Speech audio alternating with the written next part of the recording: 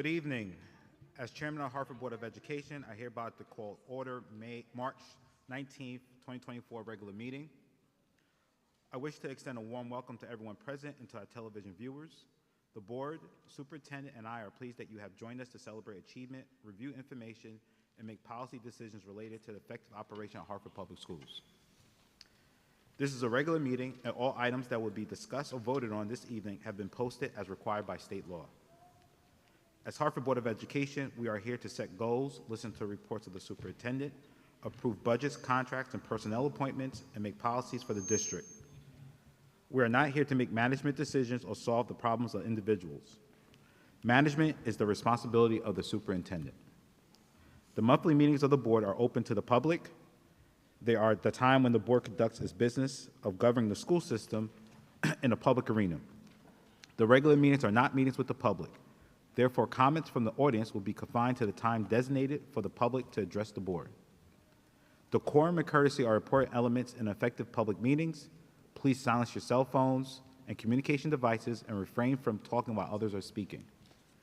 Since it is legally mandated that proceedings be accurately recorded, I may have to ask for order periodically should noise begin to interfere with our recording capabilities.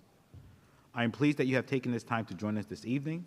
We are very proud of the school system, and thank you for your interest in Hartford Public Schools. Now this will be read in Spanish. Buenas noches. El presidente de la Junta de Educación de Hartford ha llamado a orden esta reunión ordinaria de la Junta del 19 de marzo del 2024. Damos una cálida bienvenida a todas las personas presentes y a nuestros televidentes. La Junta y la Superintendente se complacen que se han unido a nosotros para celebrar logros, revisar información y tomar decisiones relacionadas con el funcionamiento efectivo de las escuelas públicas de Hartford. Esta es una reunión ordinaria y todos los asuntos que serán discutidos y votados en esta tarde han sido notificados como lo requiere la ley estatal.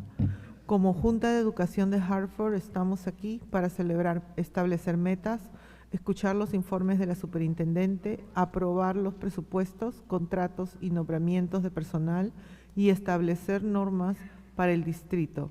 No estamos aquí para tomar decisiones administrativas o resolver problemas individuales.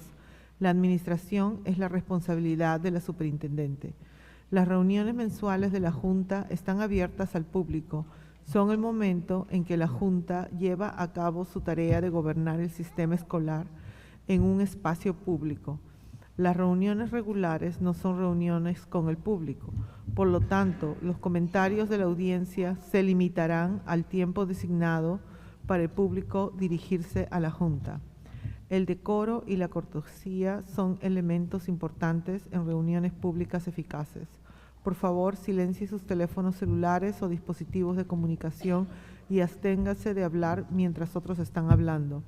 Ya que es mandato legal de que los procedimientos sean grabados con precisión, es posible que tengamos que pedir orden periódicamente si el ruido interfiere con nuestras capacidades de grabación. Nos complace que se haya tomado el tiempo esta tarde para unirse a nosotros.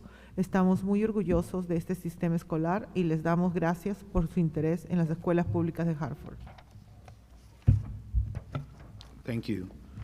Before we start with public comments, I would like to pass the mic to the superintendent to walk us through some athletic student achievement. Good evening, everyone. I'd like to comment on a few of the incredible student accomplishments that have taken place recently.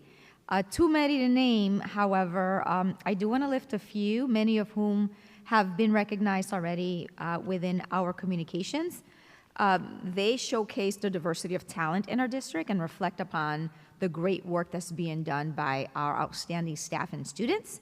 Our Hartford Public High School robotics from March 1st through the March 3rd, Hartford Public High School hosted the New England First Robotics Hartford competition in their field house. Of the 33 competing teams, 4 of our four Hartford Public Schools participated. Our Dragons from University High and the Birds of Prey, which are comprised of Hartford Public High School, Classical Magnet, and Pathways Academy. The Dragons took home the finalist award, second place, and the Birds of Prey earned the Spirit Award. Can we give it up for them, please? Kinsella, Connecticut drama winners. Our Kinsella Magnet School of Performing Arts won Outstanding Production at the annual Connecticut Drama Association One Act Festival on March 9th. Because of their incredible performance at the state festival, Kinsella was one of 2 productions from Connecticut invited to the New England Drama Festival next month. Shout out to our team at Kinsella. Zoe Thomas, 8th grader. Yes.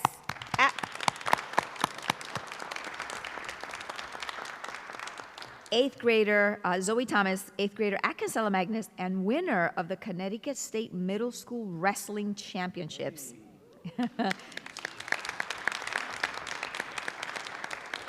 The culmination of a 20-1 season. She will be featured soon as a student spotlight.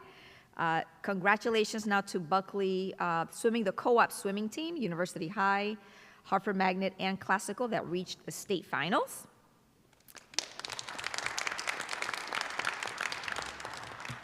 Lots to celebrate in basketball. SMSA and Weaver boys basketball teams, congratulations on making it to the Final Four of the state tournament and for having such an incredible season. Tonight, yes, we're going to honor and give well-deserved recognition to the 5 athletes who contributed to successful team seasons and have earned recognition as all-state selections by the CIAC, the Connecticut Interscholastic Association Conference, in their respective sports. All state players have achieved athletic excellence, exhibited sportsmanship, and represent the very best of Hartford Public School athletics. So please stand when we call your name to be recognized. And after your fellow athletes have also been recognized, please, I ask that you join us for a stage group photo and to also receive your certificates. So from Capital Prep, Anaya Little, a 10th grader and striker. Striker on the soccer team. She has scored 32 goals and had 10 assists last season, and I think it's safe to say, as a 10th grader, there is so much more to come.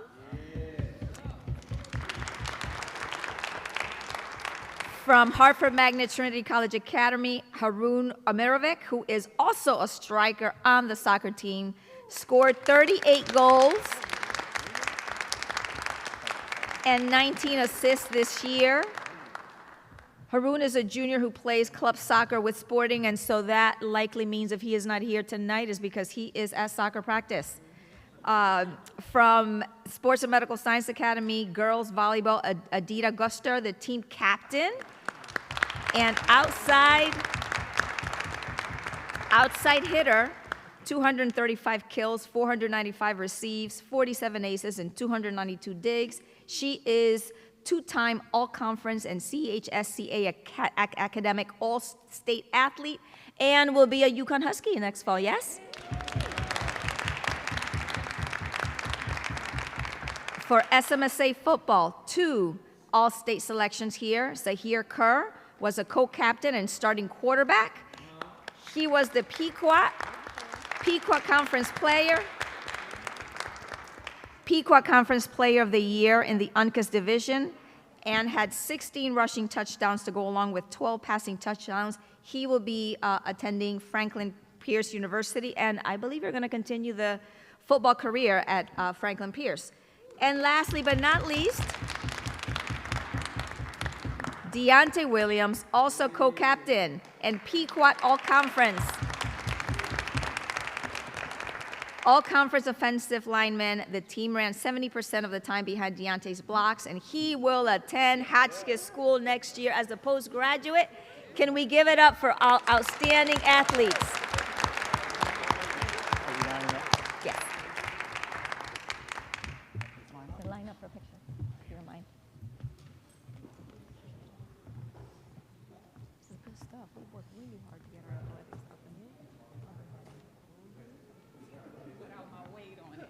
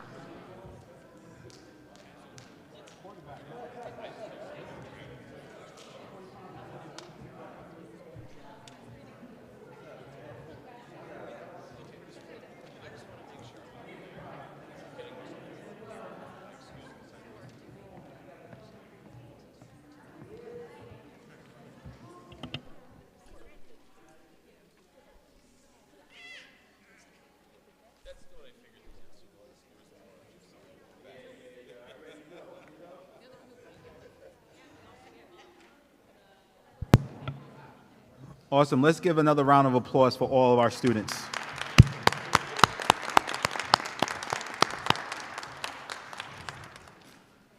We will now move to public comment. Ms. Ledger?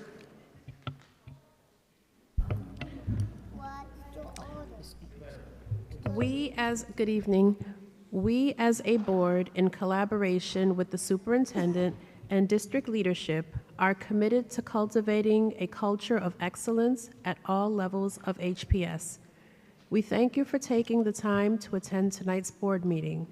We appreciate you coming out to learn more about Hartford Public Schools and for sharing your thoughts and concerns. We have established a protocol to track and respond to concerns raised. We want you to know that we take your concerns seriously, and to that end, staff will follow up within 48 hours if follow-up is required, via the preferred method of contact the speaker has indicated on the sign-in sheet. We will follow this no-contact method of follow-up for the time being, adhering to safety protocols.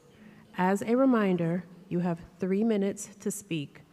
At the 2-minute mark, Ms. Santiago will ring the bell, letting you know that you have 1 minute left.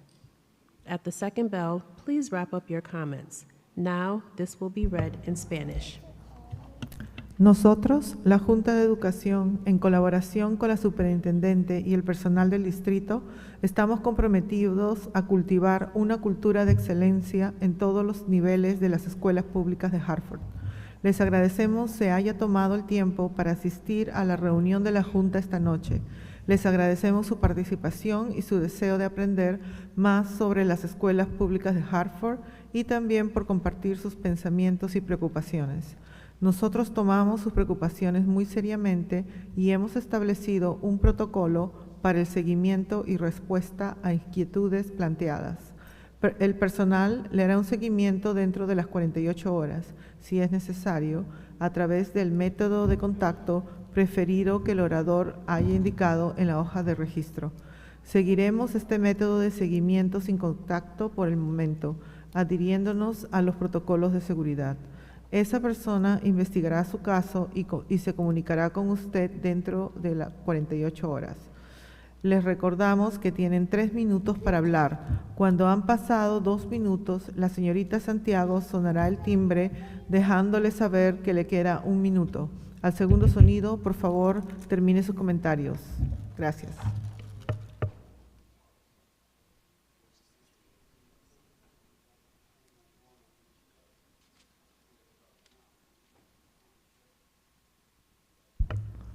Bella Pramaric.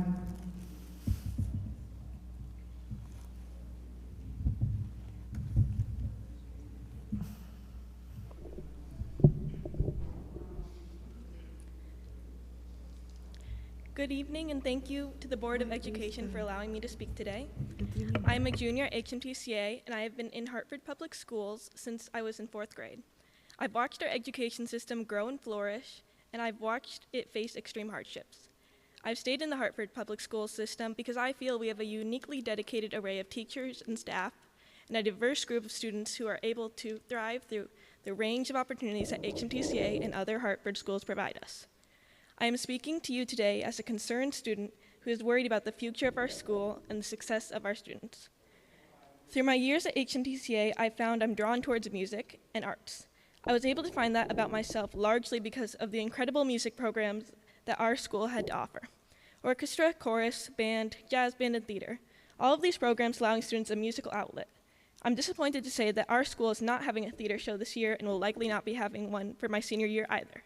and our jazz band, which was a unique addition to our school, has ceased to exist. Some may argue that cutting these programs are not a big deal, but studies have proven that when students engage in multiple forms of music education, it strengthens their reading comprehension, their concentration in class, and their overall academic and future success. With the budget cuts that Hartford schools are facing, I worry our schools may not be able to fund these programs that are integral to a student's educational development. Additionally, with the discussion of removing honors and accelerated courses, it's important to keep in mind that the harm that could be done on future student success. When applying to colleges or other post-secondary education options, students are not only competing with those in Connecticut or the country, but also with students around the world.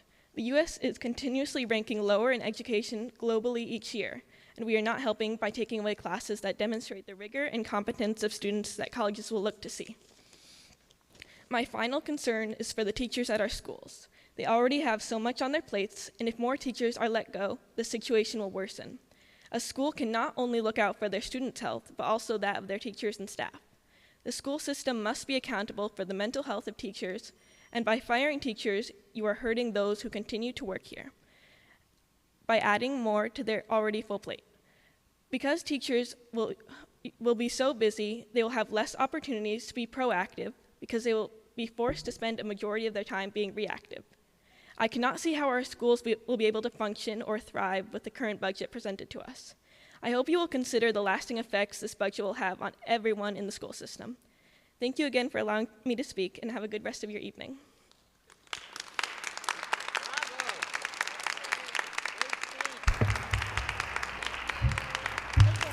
Bridget Allison.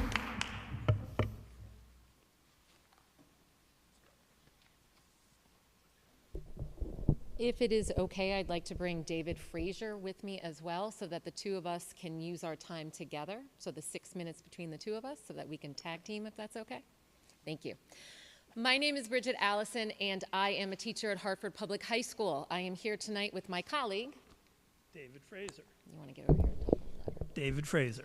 And behind us sit some of our colleagues. If you guys can stand up for me. We are staff members from Hartford Public High School, and together we represent approximately 100 years of dedicated service to the Hartford Public Schools. We are speaking on behalf of our colleagues tonight to talk about how next year's budget is going to impact the future of Hartford Public High School, particularly, and Hartford Public Schools generally. Now, we understand that hard decisions have to be made, but we are begging you not to make those hard decisions within the schools, particularly within Hartford Public High School. So Mr. Frazier and I have a little bit of the same background. We both came to Hartford Public High School, what, 20 years ago? Why don't you tell them what you did first?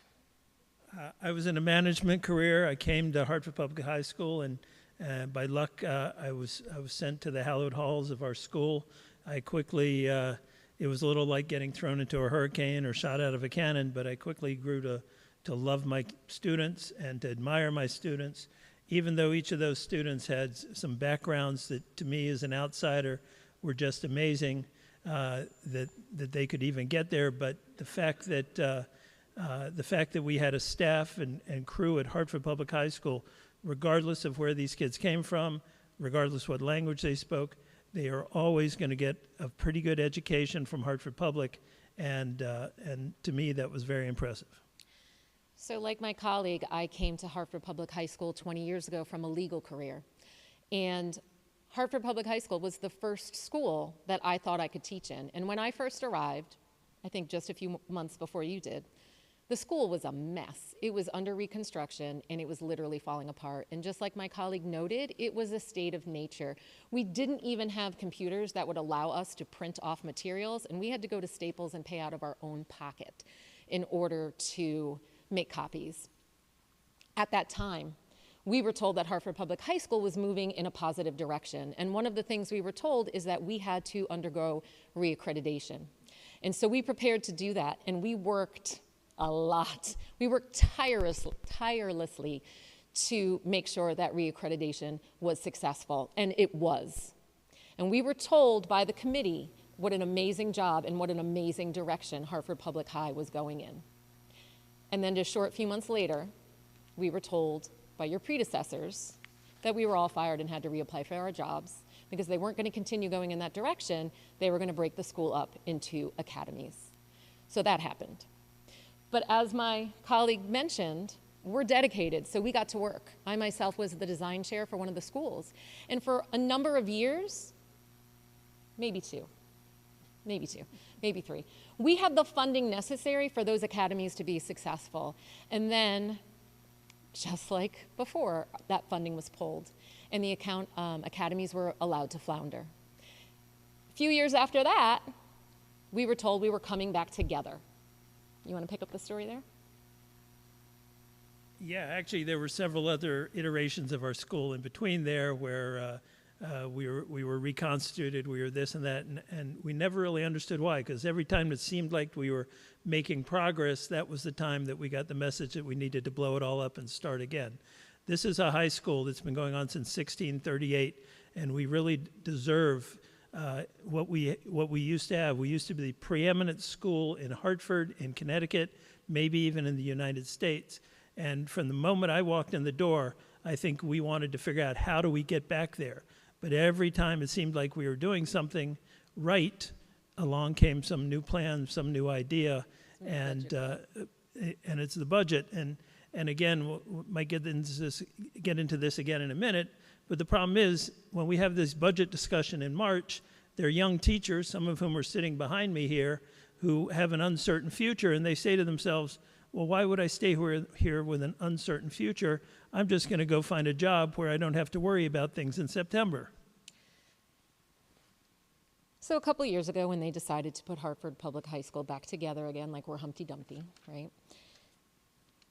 We were like, okay, here we are again. So we all, I mean, I know you were there and I was there and some of the people behind us may have been there. We got back together and we put the school back together again. And like my colleague mentioned, we really did it then, and we continue to do it because we love these kids, right? I have fallen in love with my students. They are my legacy. So we put it back together. And then we had a bunch of administration changes and more administration changes and more administration changes. And I'm pretty sure I haven't had the same administration in 15 years until the past 2 school years, when we finally had a principal and 4 vice principals that stayed the same. And I cannot tell you the sense of relief I had when I started this year, because I knew who I was dealing with, and we didn't have to start again. I just want to point out that Hartford Public High School is a school that welcomes every student. If there's a hurricane in Puerto Rico, we take you. If there's a war in Sudan, we take you. We welcome everybody. Is everybody a success story? No, but a lot of people are. We send a lot of great stories out of Hartford Public High School. No, we have 3 more minutes, right? I think we might be done. That was 6 minutes? Okay. So just to think, if I have 20 more seconds just to sum it up, if that's okay. Generally speaking, as we've said, between the 2 of us, we have watched our school make 2 steps forward, and then because of budget cuts, 3 steps backwards, and we're in the same position today. And we take everyone. We take everyone. Other schools don't have to do that. And we try our hardest to teach the hell out of them, but we cannot do that if you cripple us with budget cuts next year. Thank you.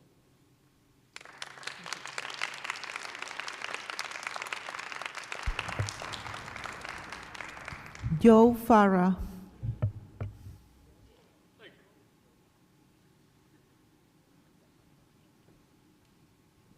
Just adjust this a little bit. There we go. So this is great. I've actually never been to a Board of Education meeting before, so thank you. Hopefully I can see more of you soon. My name is Joseph Farah. I'm one of the tech ed teachers for Hartford Public High School. I've been there for 6 years now. But let me circle back a little bit so you know my story. 6 years ago, I had just gotten out of Trinity College in Hartford. And I needed a place to begin my career. And I was a behavior technician for the lovely Hartford Public High School. And I saw some of the traumatic experiences that were just referenced. My 6th day of work was actually a riot where the entire Hartford Police Department showed up. Great way for a 22-year-old to start his career in a school. But we have made amazing strides. And 3 years ago, I said, you know what? You know what these students deserve? Another teacher who's going to love them, care about them, cherish what they offer, and push them further in life.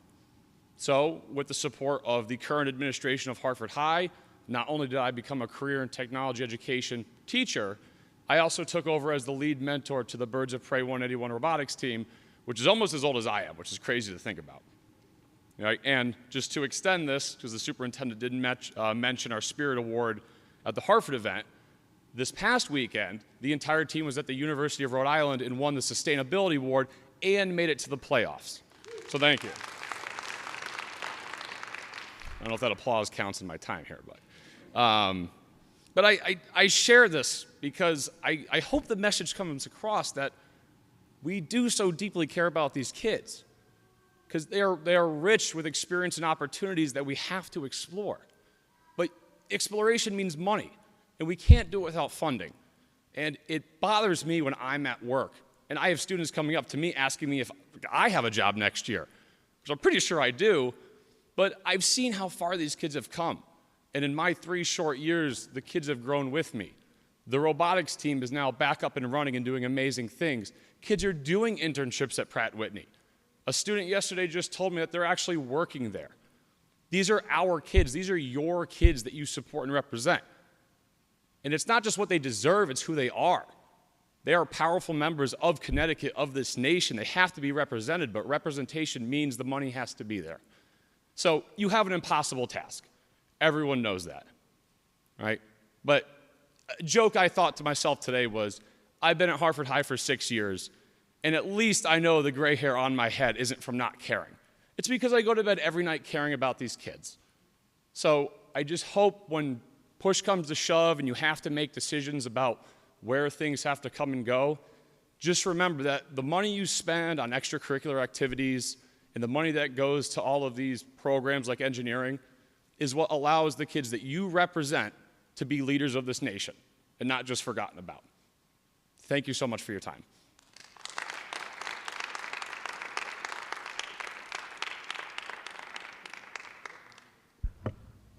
Pat Mack.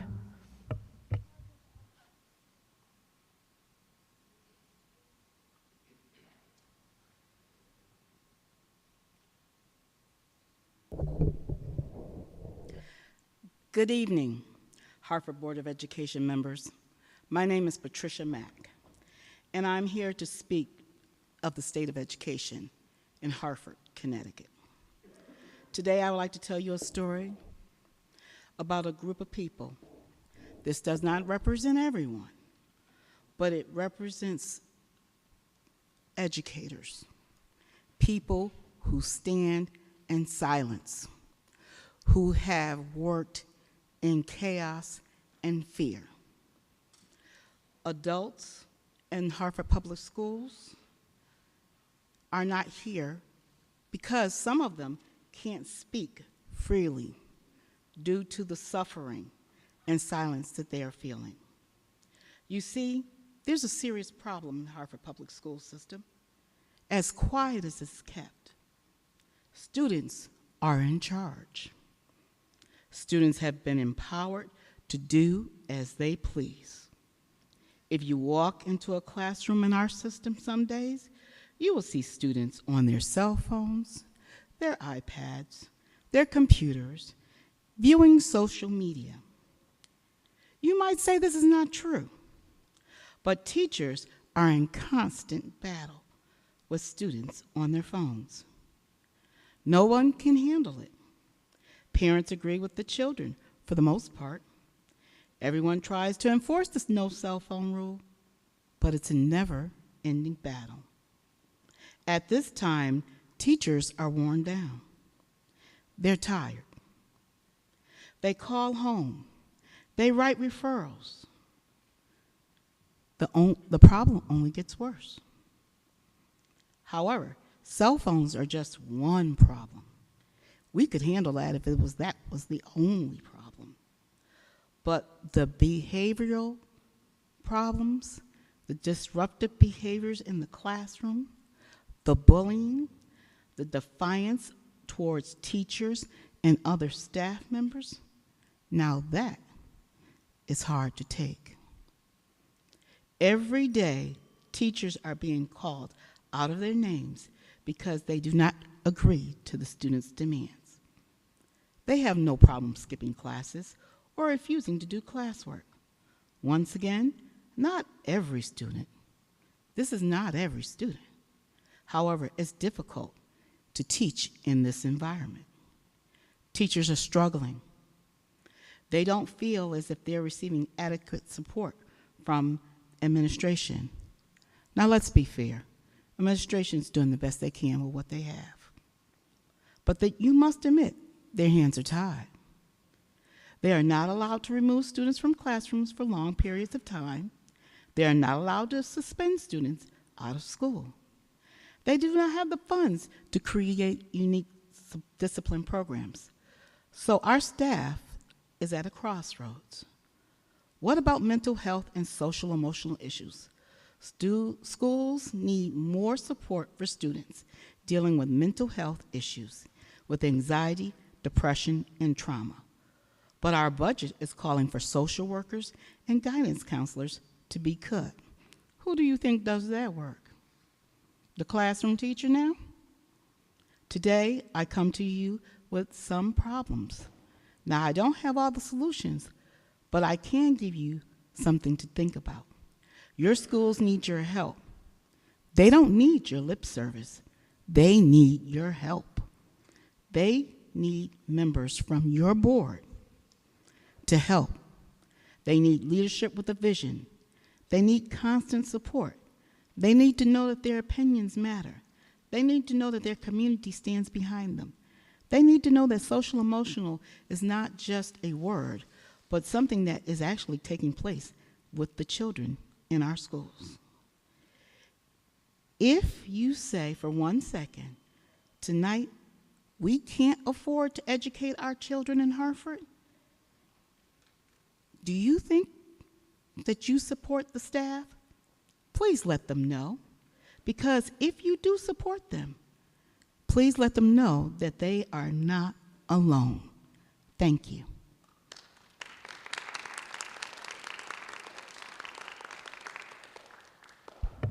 Abraham Macias.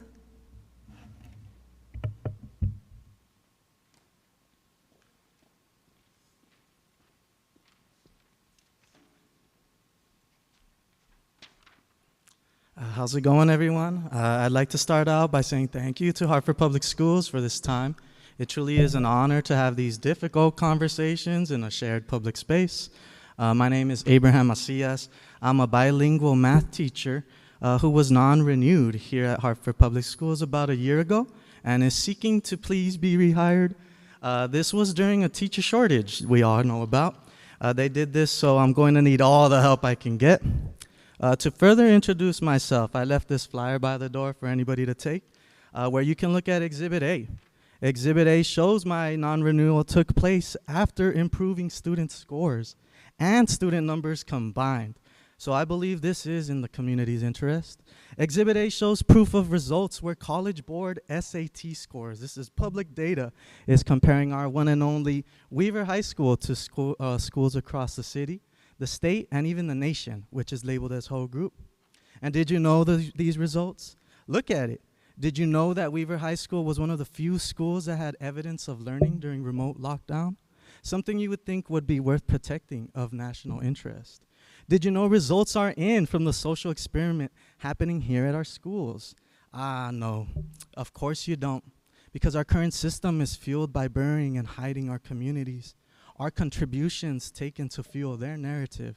Lucky for us, this is the story of my life. Our lives, brown people, being left out, buried, and ignored.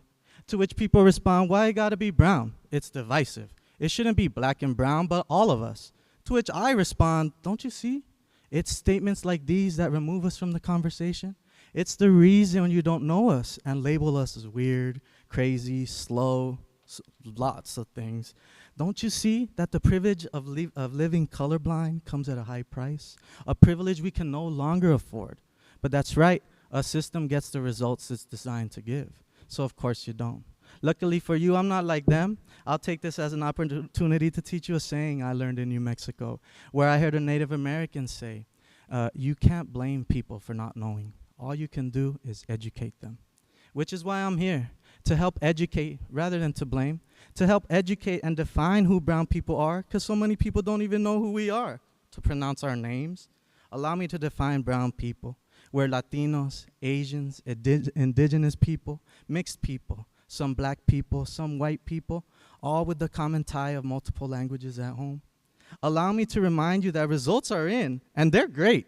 They show we have everything we need to fix our schools. That back when Hartford Public Schools supported me to uplift brown, multilingual voices, it benefited both black and white. Weaver High School is literally 2 schools under one roof. It's of national interest because brown people and our ties to language are interconnected with freedom of speech and expression. So where Exhibit A shows uplifting brown populations lifts us as a whole, Exhibit B shows denying our behaviors and expressions is to infringe on our freedom of speech. Look at Exhibit B, where I've highlighted some parts, $signs and the date 19 blank, which is supposed to be post-slavery. All things that should not belong on a contract regarding little girls, little brown girls here specifically.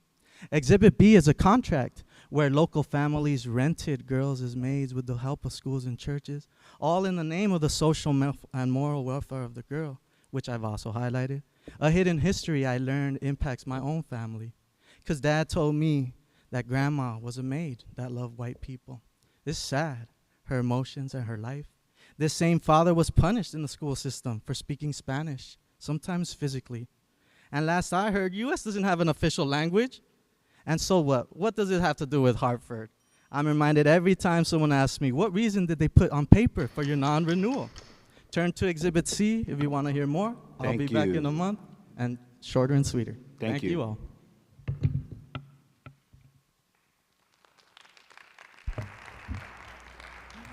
Michael Downs.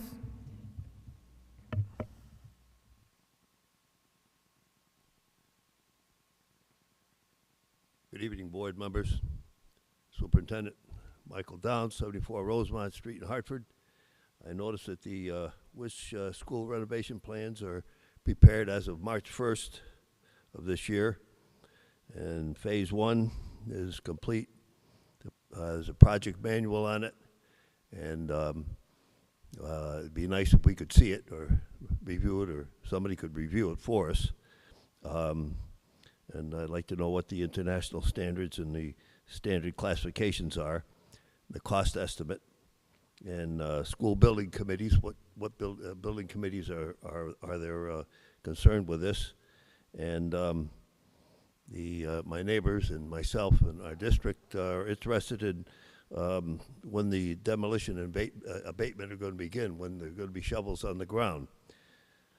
And as far as Hartford High Schools, Weaver, Buckley, and Hartford High, about 10, 15 years ago, they removed the vocational technical education and family consumer science education away.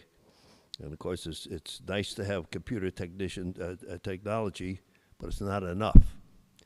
But it was taken away to save money. So if it was taken away to save money, then there should be plenty of money around for the high schools.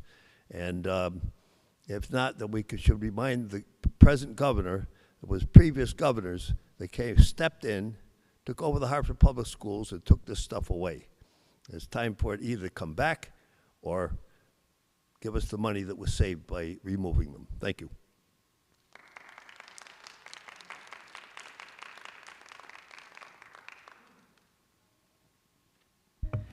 Jennifer Wilder.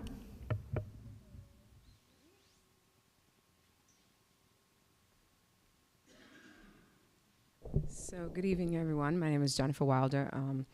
I'm a proud alumni of Hartford Public High School. And I graduated before they even started, which is kind of scary. I shouldn't even tell y'all that. Black don't crack, I could say that. Also co-chair of SGC and a proud parent of a junior at Hartford High School who is the class president and also a member of the superintendent student advisory board. And she's my boss baby, my youngest child. And she said, Mom, get copies of our OWL report and bring them to the board and give them to the board. So I'm here on behalf of my daughter who's at theater, doing what she told me to do. And so the OWL report is a student-led publication that is the tangible product of an amazing journalism class in which she's a part of. And normally, they talk about the cool things that are happening in the school with athletics, with new programs that have come to the school and all kinds of fun things, but they focus the March addition to the budget completely. So there are 6 articles within this OWL report that solely focus on school budget. And so I've provided copies of that. I think Christina sent electronically, so thank you, Christina. And then there's physical copies for everyone to take home, and we have a couple extra copies if you care about what the kids care about. So it opens giving context to the budget cuts. Then it talks about helping hands behind the scenes, so support staff, so they're concerned for support staff. Then they get into the loss of potential clubs and sports. Then they brag a little bit about their students using their voices to testify on the state level. And so they talk about that experience. Then they give a nod to the love of engineering, right? They talk about the restrictive number of classes that they have available to them. And then they talk about what's going to happen with their senior class experience. We have a person who is on staff, Ms. Crittenden, who has done countless things to expose the students to life after high school. And her job, too, is on the chopping block. And so I just submit this to you because my daughter told me to. And I think it's important, but these are the voices of students from Hartford Public High School. And so take a moment, soak it in, and consider what these kids are sharing with you. So thank you.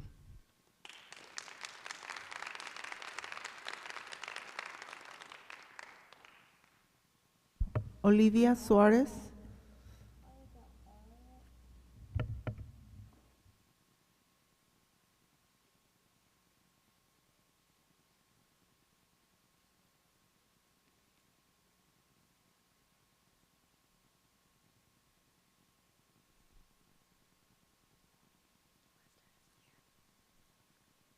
Good afternoon, everyone. We're 9th grade students at HMTCA, and we're worried about the future of our school and district. I'd just like to say I've been going to Hartford Magnet Schools my whole life, and I've been at my current school 4 years now, 3 years left, and I feel like every year it just gets worse, and that worries me for the future and what my school will look like 3 years when I'm a senior. Right now, I can tell you we've lost classes, we're losing teachers, and that's just a little scary. I mean, I don't even want my little sister to go to my school anymore when she starts middle school. Just the lack of teachers we're having, the lack of classes we're offering. I mean, I went to this school because it's an art school, because our school's focus is the arts. But when our art classes are being cut and our activities and all these other things are being cut, I mean, it just doesn't give the appeal that it gave when I signed up to go here. And the number of teachers we're losing. I mean, my 9th grade advisor teacher, she's supposed to be with me for the next 3 years. And she might be leaving. And that's just scary. I mean, this is someone I've made a real connection with, someone who's here to support our class grade, and she might be gone end of this year. I recently started out my school experience here at HMTCA freshman year, and from that time till now, I've bonded with my peers and made good relations with my teachers. I enjoy going to school every day and seeing my friends and learning. I'm well immersed in my courses and have found a special place for myself, and it's starting to feel like home. I can't imagine what my high school life and experience would be like with all the budget cuts we face and the teachers that will have to leave. Please take into consideration other students like myself who would experience this. Thank you.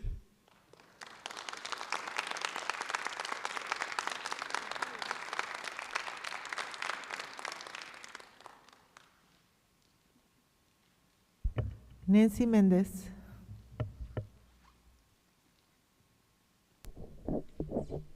Good evening. My name is Nancy Mendez. I am a parent of a senior at Hartford Magnet Trinity College Academy, HMTCA. I am also the parent chair of the SGC. My son has attended Hartford Public Schools, magnet schools, throughout his whole college years, starting as a 3-year-old at a Montessori bachelor. You know, and every year we look at what's happening in the school system, and we look at budget constraints, and you know, he's a senior, and the experiences that he's been able to have are incredible. I feel so heartbroken that the kids that come behind him are gonna miss out on a lot of stuff that he's getting. And why? Why is the budget the way it is? If my child comes from a suburban town, there's a higher budget money that comes with him to the school system. And yet our school, the budget is across the board the same. So where is that going? We're having teachers and staff being cut. So you're gonna eliminate family engagement. You're gonna eliminate student engagement. You're gonna eliminate classes that really focus on what the programming of the school is. So Hartford Magnet Trinity College Academy. Let's hear that again. Hartford Magnet Trinity College Academy. It is a STEM school. It is an early college school. STEM, science, technology, engineering, and math. Do we hear that? Yes, I hope so. Because the opportunities that are available to my son may be cut for next year. This year we had we had over 20 kids attend college, Trinity College last semester, and about 20 this semester. And you know that cost comes to the school. Why isn't the Hartford Public Schools as a whole taking over that cost? You know, there's so much that you're taking away from our students, and you need to really hear that. Please take a stand and do what's right for our students. Thank you.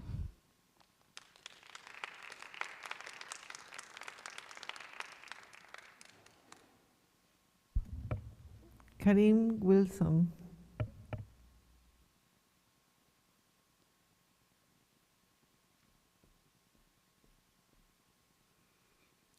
Hello, everyone. We've been able to hear from teachers, from parents, from students, and I think this is an excellent opportunity for us to be able to voice our opinion as to what's going on as far as our schools are concerned. I myself am a parent of 2 students that have gone through the Hartford Public Schools system, and they've started from when they were in 6th grade. Now I have 1 student who's about to graduate. She was the president of her National Honor Society. She achieved over 1,500 on her SAT scores. She is the winner of the Nutmeg Scholarship for UConn, and this is all possible from a Hartford Public School. And it's from a school that was determined and dedicated to make sure that their students were able to get the education that they needed to be able to make these achievements. As an actual parent on the governance board, I've seen the school go from, in the last 7 years, from a school where everybody desired to attend and desired to be at, now slowly but surely denigrated to the point where people are running away from it. And I think we can bring this back again. Our students that have the diversity, and that was one of the main reasons why I took my child out of a private school and put them in a Hartford public school, was because I wanted that diversity. I wanted that strong ability for them to be able to see people that look like them achieve and do well. But by taking the money away from the students and from the teachers that are doing the things that are making things effective is going to bring us back and take us back a step. I want to see our students achieve. I want to see our students be able to have those amazing awards and have those opportunities. And I think that we can do better. As a business owner, I know what it's like to have to make budget cuts. You have to make choices. But the one thing that you have to invest in is our people, which the people are our students, our teachers, the people that know to make the things work.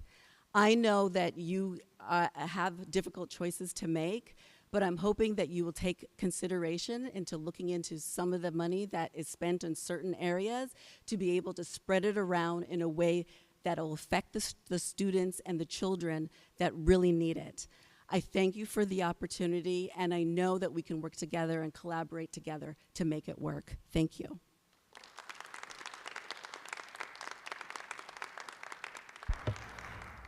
Carol Gale.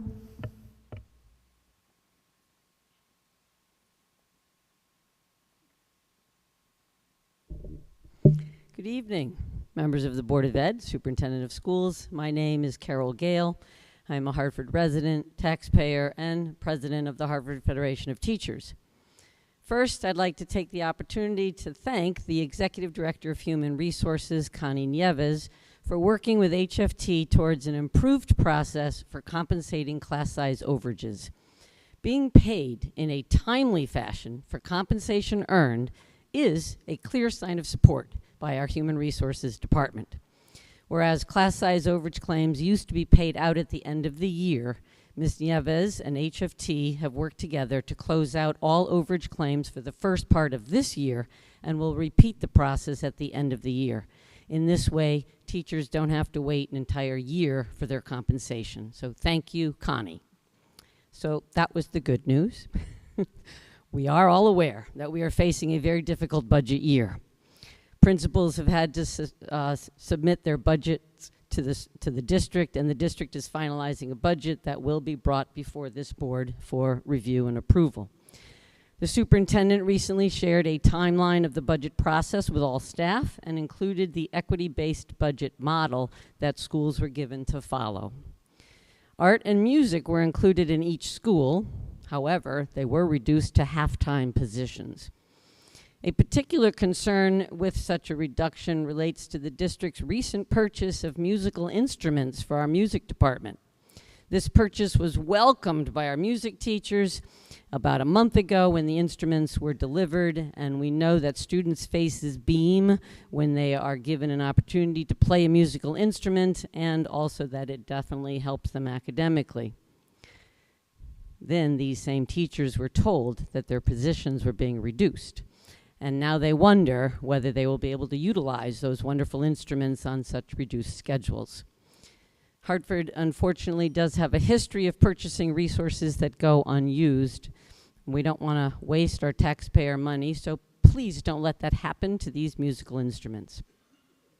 HFT has also heard that principals are required to hire a technology position per new state guidance. This position vies for the same budget dollars as art, music, and other specials classes. However, this position was not listed in the equity-based budget model. Also, our understanding from the State Department of Ed is that any certified teacher can teach computer ed, so it appears that schools are being required to have a teacher certified to teach technology. But if they followed the state guidance, we'd have more flexibility in trying to figure out staffing, and flexibility is definitely needed when we're facing such budget constraints as we currently are. Finally, HFT is aware that the district anticipates layoffs. As you can imagine, this is causing much anxiety among our staff. We have asked for information on how the district will handle reassignments, bumping, and seniority lists in anticipation of eventual layoffs. The sooner we receive this information and can engage in this contractual process, the better we can all serve our staff who have been faithfully serving our students. Thank you very much.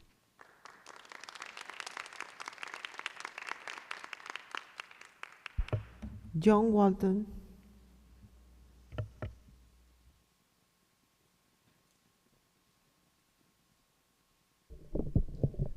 Good evening, Superintendent and distinguished board members. I brought some props.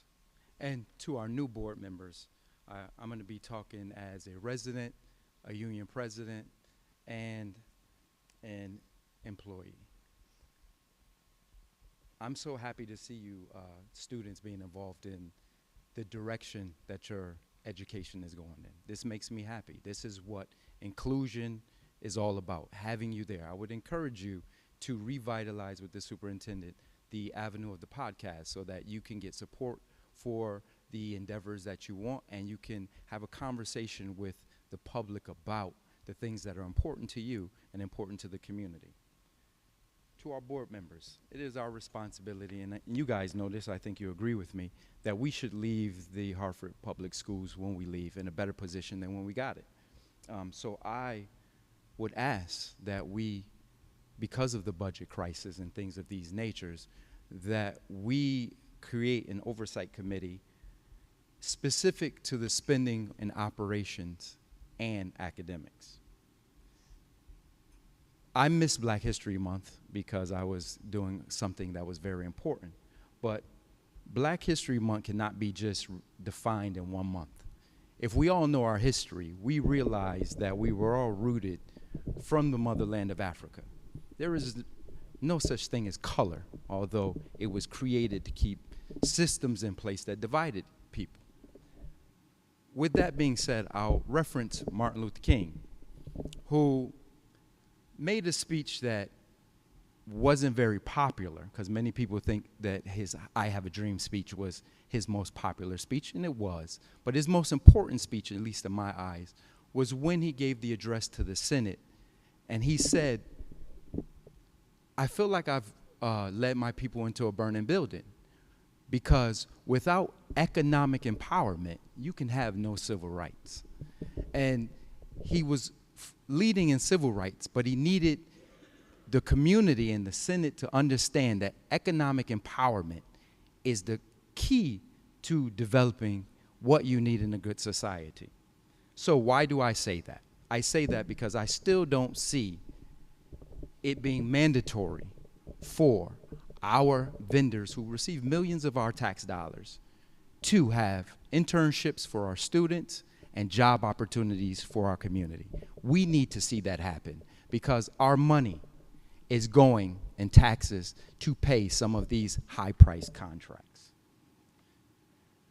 I will, Superintendent, acknowledge that there have been changes in your directors of facilities and food service.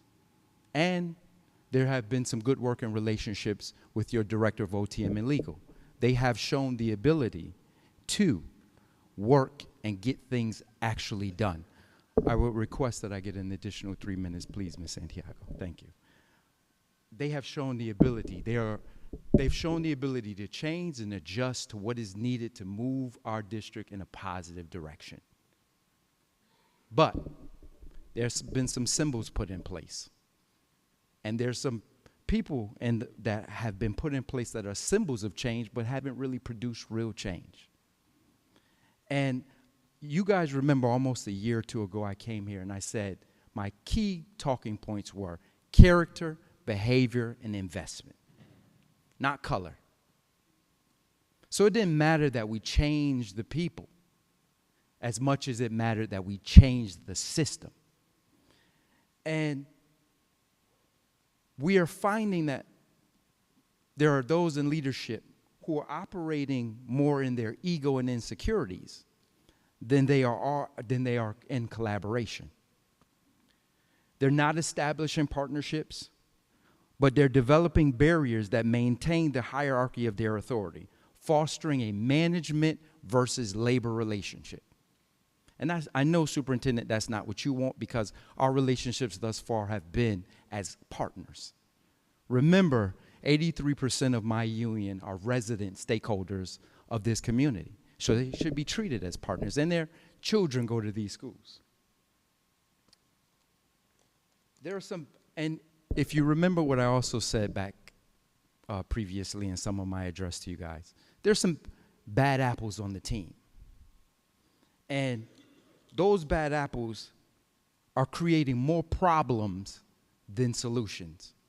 I'll identify one of the major problems is we have so many grievances, more than I've seen our union file in years, at the arbitrational level, wasting taxpayer money, wasting Board of Education money to fight out things that we could resolve in partnership.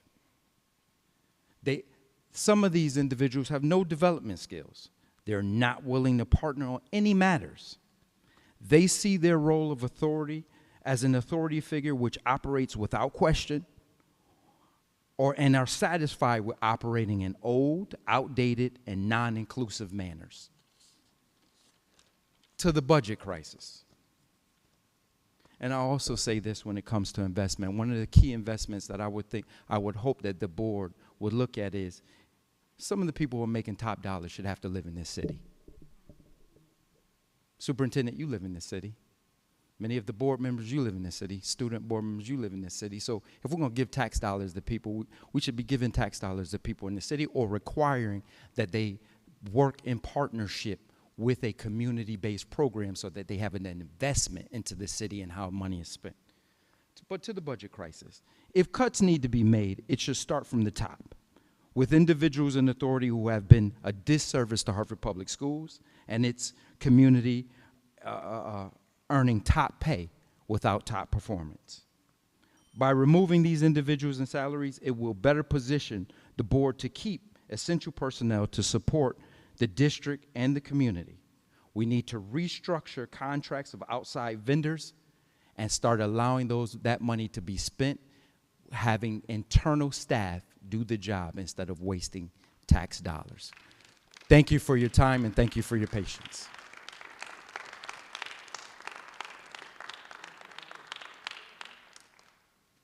That concludes our public. Thank you. We now move on to the report of the chair.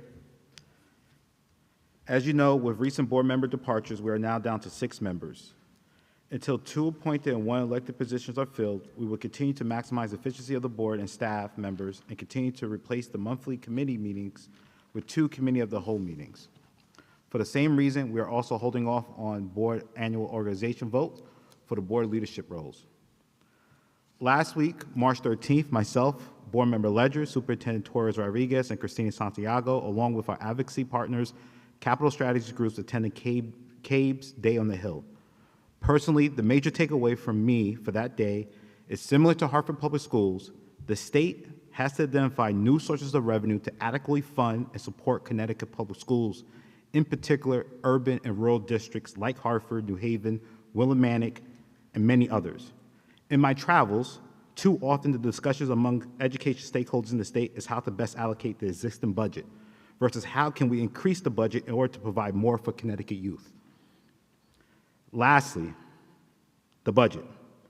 We have to solve for a $55+ million deficit when historically it's been roughly around $26 million. Both numbers are not good. I urge the board and the community to revisit the topic that we introduced last fall in 2022 of creating a foundation or figuring out some type of new mechanism to fundraise for the district. And I truly mean this. I think Leslie can vouch for this. When I take a look at what Hartford Public School has to face, for me, it's really 2 things. One is, how do we get more revenue into our district? And then how do we advocate for that? I think I would just be completely honest. I think as a board, we could do a better job at that. I think we could do a better job with our elected officials. I would also say as a community, we need to do a better job of holding our elected officials and even members here accountable to legislation that is actually favorable to Hartford Public Schools and other districts like ours. So I ask you to, again, as you're hearing some of these decisions, know that they're not being taken lightly. But again, it's the old narrative of, how are we going to allocate $1, and the story should be, how can we get $3? That concludes the chair of the report. And as a reminder, you can find the superintendent's report, full committee reports, as well as the attachments and videos of this meeting agenda on board docs. All committee workshop and meetings are live streamed and are viewable after the meeting. YouTube links are saved in each meeting agenda, and I encourage the community to view the meetings and read the reports when possible. If you have any questions or feedback, please contact Christina Santiago, our board liaison at csantiago@hartfordschools.org. Again, I want to stress the strategies, advocacy efforts in the past that urban districts like Hartford, New Haven, and so forth, they've gotten us here, and those are not the same strategies that's going to allow us to get further. In some of the public comments, I heard collaboration and so forth. I'm very big on collaboration. I'm very big on forming alliances, because at the end of the day, we cannot go to the state asking for money as solely as Hartford Public Schools. It won't work. We need allies. We need supporters. We need other organizations, other communities to rally with us. We now move to the report of the superintendent. Thank you, and good evening again. Have a few updates, and again, my report is uploaded into board docs. So throughout February, Hartford Public School leaders engaged in our initial Wit and Wisdom training. Administrators, content directors, our executive directors of school leadership all participated in a lead professional learning session to internalize the design of the new K-5 literacy curriculum. Leaders focused on learning the instructional shifts that students and teachers will experience in preparation for teachers to begin Wit and Wisdom implementation next fall. So our coaches are multilingual, our literacy coaches, multilingual learner coaches, special education directors, and the team of Montessori teachers participated in this 2 days of training. A preview of the training teachers will experience this summer. And the team of instructional coaches and leaders learned Wit and Wisdom's approach to sequenced questions to build the knowledge and skills, learn literacy assessments and lessons. So I guess I'm saying all of that for two reasons. One, because I am excited at the fact that, right, we worked really hard over the summer to get the waiver approved by the state that was holding up, if you will, our implementation of the Wit and Wisdom curriculum. And so we're finally here, and we're looking forward to continuing to support our educators and our leaders for the implementation in the fall. Some good news as we think about how do we continue to engage students. HPS Esports spring season is heating up probably by now. Excited to launch the official launch of the spring season. And so we're taking competition to the next level with 23 competitive teams from 10 middle and high schools across our city, 7 different competitive titles being played. 5 elementary schools are now participating in scholastic sports, and 2 official gaming clubs have launched both at the middle school and at the high school level. I want to thank our community organizations and our faith-based partners for joining us at the budget forum at the Hartford Public Library, where we discussed our budget, the circumstances that have led to the challenging fiscal situation that we're in, and ways to our chairman's referencing, ways that we can collectively advocate for equitable and sustainable funding systems and structures for Hartford Public Schools and other districts that serve a higher concentration of need. I know that Vice Chair Johnson joined us with our partners that day as well. And lastly, I'm going to conclude by acknowledging that March is a month where we celebrate Board of Education members. And so it is Board Appreciation Month, so I'd like to express appreciation for our Board of Education, some of whom are appointed by the mayor, others are elected, but all of them serve in a volunteer capacity. And given that this is a special month, I want to just do a special shout out to all of you. Right, you all serve as ambassadors for our communities and advocates for the residents in many neighborhoods throughout the city, whether it is the many hours that you spend at board meetings, in committees, in community conversations, at public events, at related conferences, at your office hours throughout the community. know that you are indispensable members of our school community. And this year especially, the board has had to grapple with unprecedented but expected financial challenges as a result of, right, the pandemic relief funding that is sunsetting and these persistent weaknesses, if you will, in our financial revenue and expense models that really are at the mercy of, state level funding formulas. I do appreciate your critical and constructive approach throughout the budget process and your advocacy at the state, city level.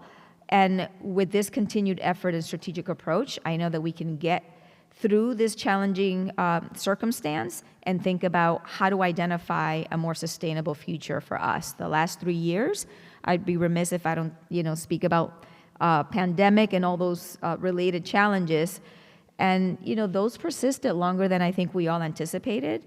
And, the headwinds threatened to derail us from our strategic plan. And there were, political adversities and animosity towards some board members locally and throughout our country. Yet, right, you all continue to step forward and remain focused and committed to our students and staff. So I acknowledge that you continue to work tirelessly along all of us as we think about how do we reimagine and do better. And so I hope that we can all take this moment quickly to acknowledge the board members who take time to share their leadership, their voice on behalf of our students, our educators, families, and communities. So I truly, truly acknowledge what you do, and I'm grateful for the partnership. Thank you.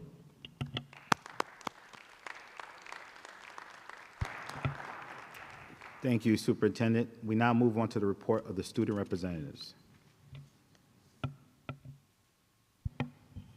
Good evening, everyone.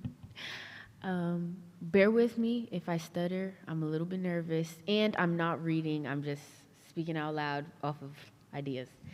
So for our March recap, we began with a community builder. We like to do that just to get everybody in the groove of things. And our community builder was, we were just lined up, and we counted off schools.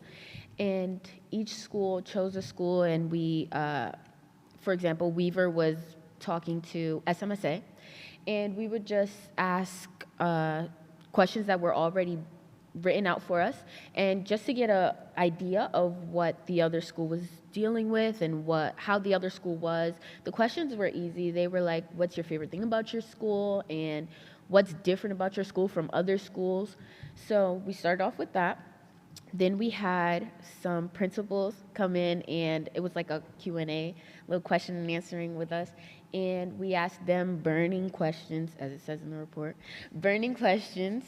And they were able to ask us questions and get our perspectives on how to better themselves, how to better their schools, and just get an idea of how we felt as students.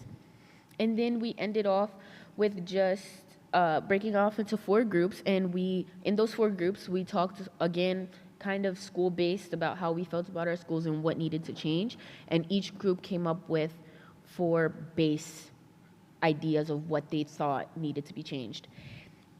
Now, everything really ties back to the lack of money and the lack of teachers. For one, I feel personally that those 2 things are intertwined. You can't have no money and have teachers, and you can't have no teachers and have a school that's revenuing and making good business for the community. We were just talking, and when we make these plans, we try not to just throw problems at you. We try to come up with ideas for solutions. So our big solution was Zoom. We saw how it was addressed before, how students at Weaver were learning on Zoom when we had to be.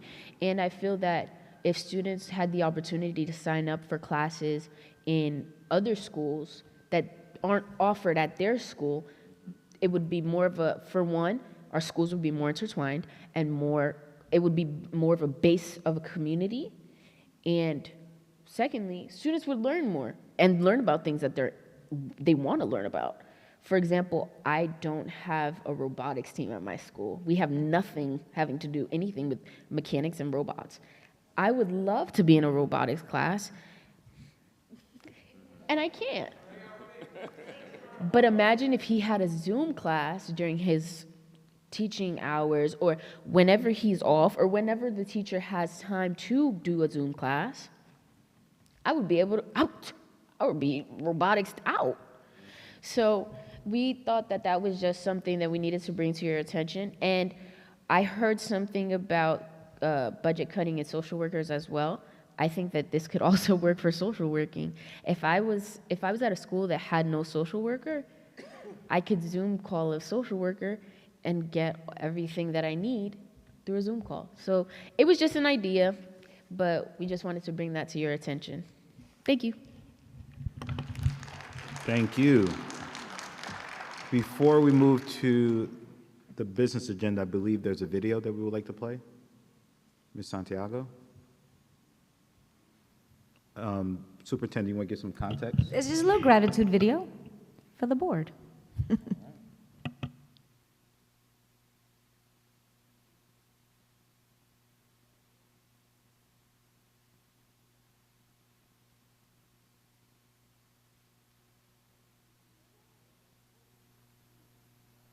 Great video. Thank you, Ms. Santiago. Try to get it going later. All right. We'll revisit that if we have time. So moving on to the business agenda, item 4.1, contract approval, stay plugged in. Motion that the Hartford Board of Education authorizes the superintendent to execute a contract with Stay Plugged In for the term outlined in the contract at the amount not to exceed $220,000 ending June 30th of 2024. Superintendent. So move on the motion. Oh, do I have a second? Second. Superintendent?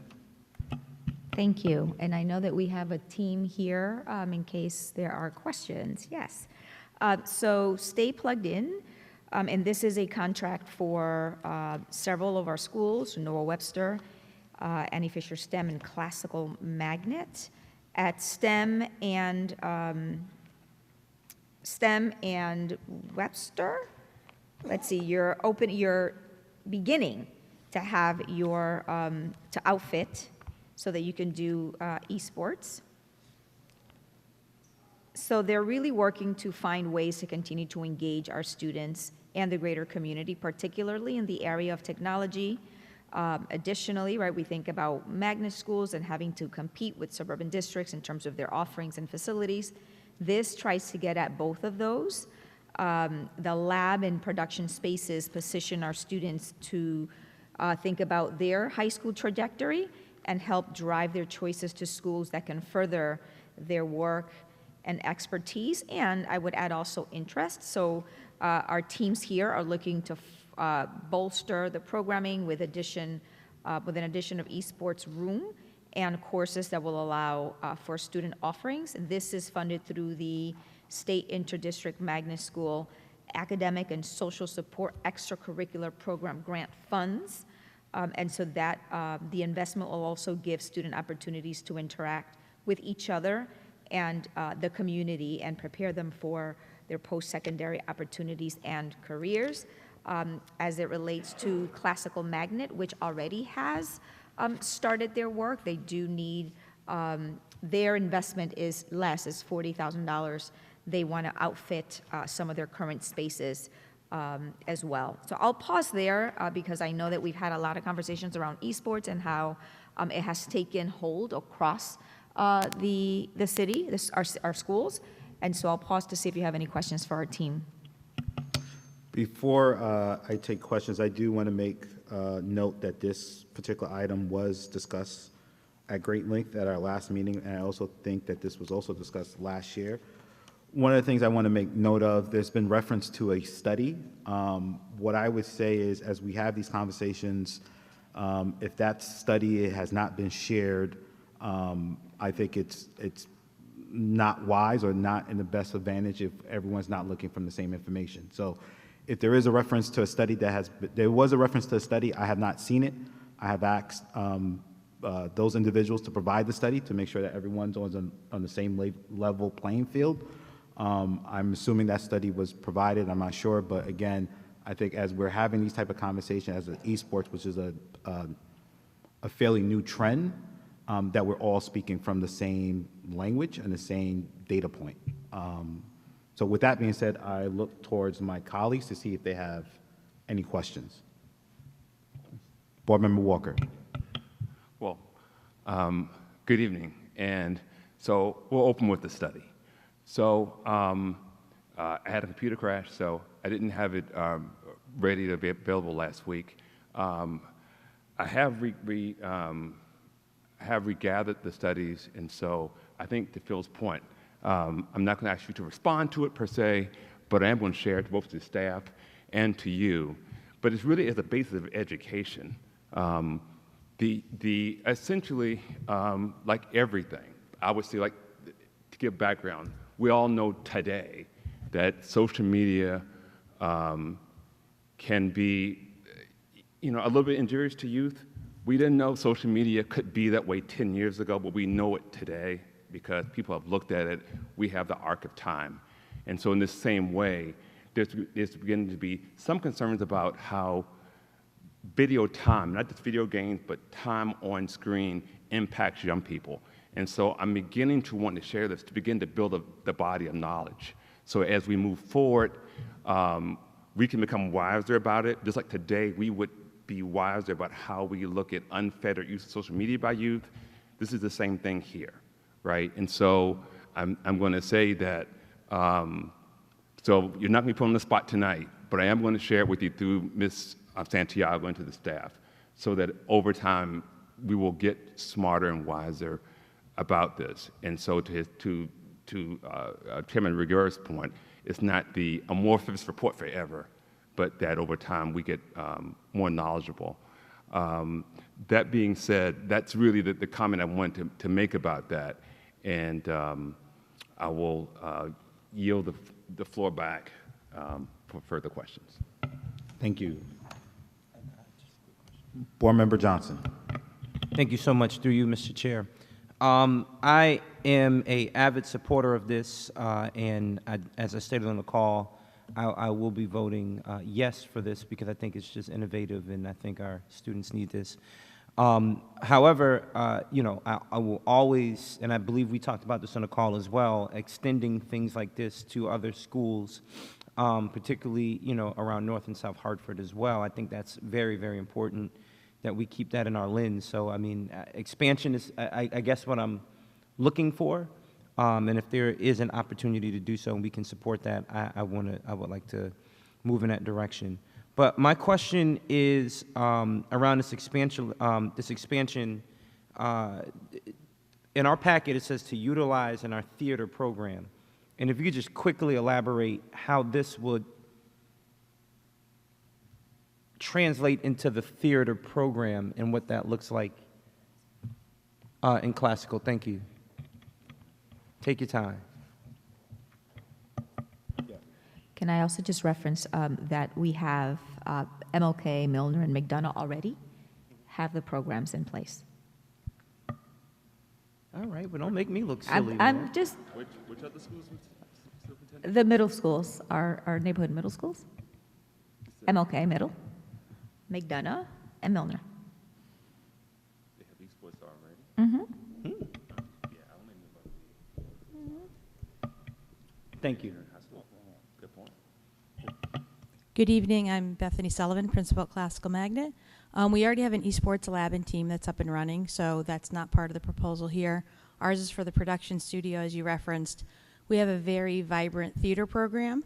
We're adding a journalism class, and part of our production studio will have live broadcasting and performances by our theater students in addition to broadcasting esports and athletic events. So that's the theater connection. Thank you. That's clear. Appreciate you.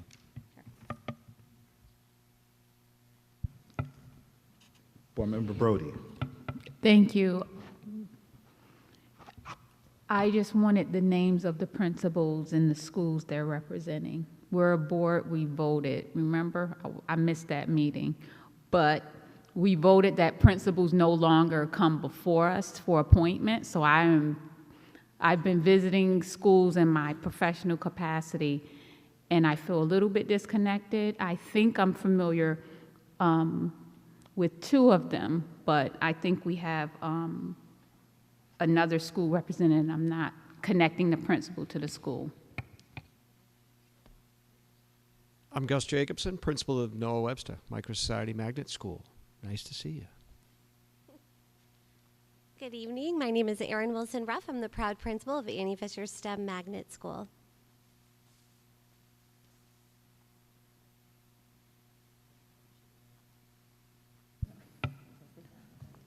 Ms. Burley, does that address your comment? Thank you. Seeing if there's any additional board member Ledger. I just want to say that I'm excited about this. This is very innovative. I'll be voting yes. I'm excited because young people are on their devices. Young people are utilizing a great deal of screen time, but I like the fact that this will be in a controlled, educational, and innovative setting where our young people can be engaged, and we'll see where it takes them. Board member Schmerling. I'm curious, given some of the comments we heard earlier, once students go through this program, and I do support it, I think it's a terrific program, is there an opportunity for them to proctor or to go to the next level with your organization to assist or proctor or help educate and expand this program so that kids have, once they've gone through this program, they have additional opportunities?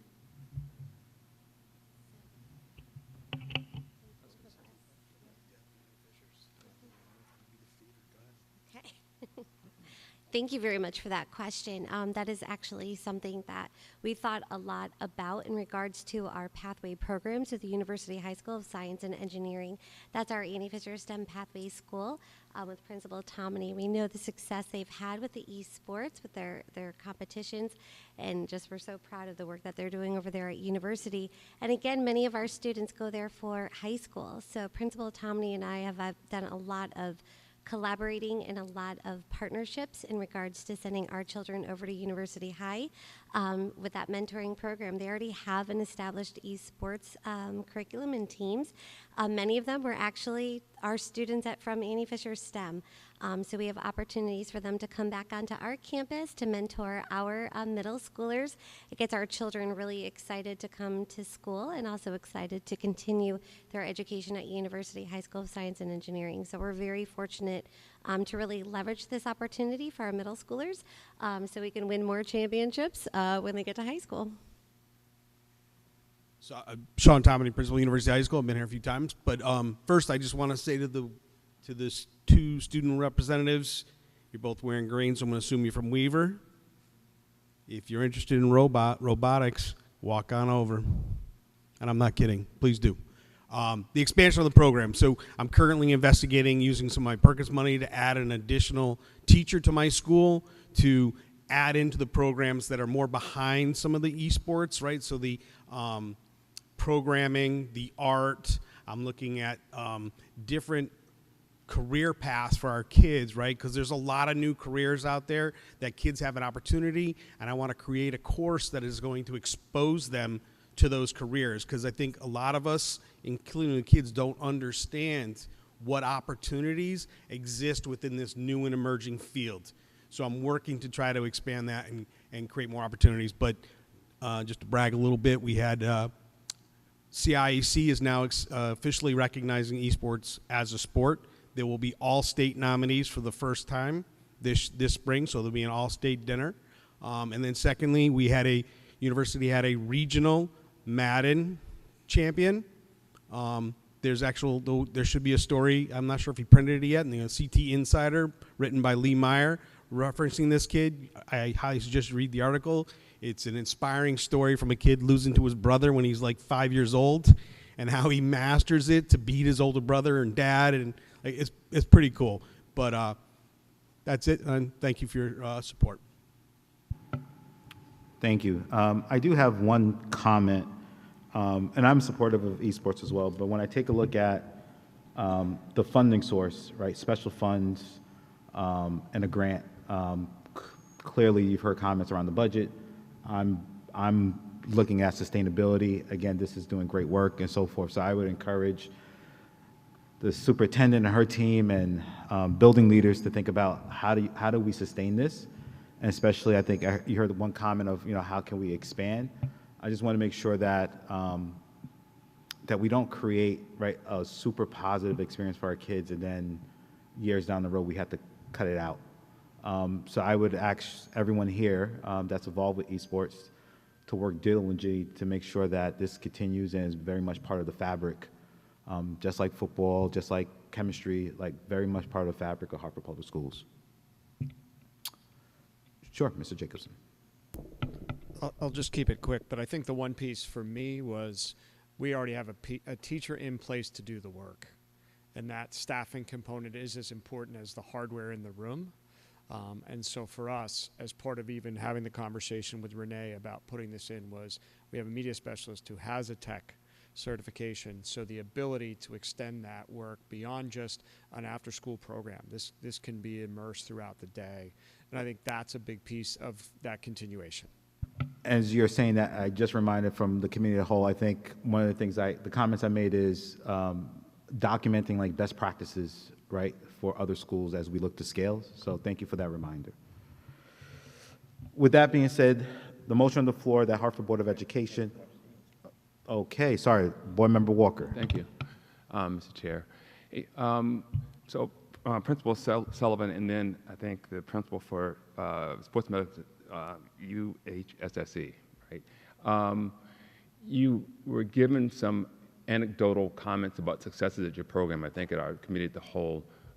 My comment, because I got feedback after the meeting, is to provide some harder data in that way, really listing students that are involved, what's been the impact, because a centerpiece of this is supposed to be some kind of engagement stuff where there's a before and after, and we can really show that somehow these students' involvement and engagement has changed.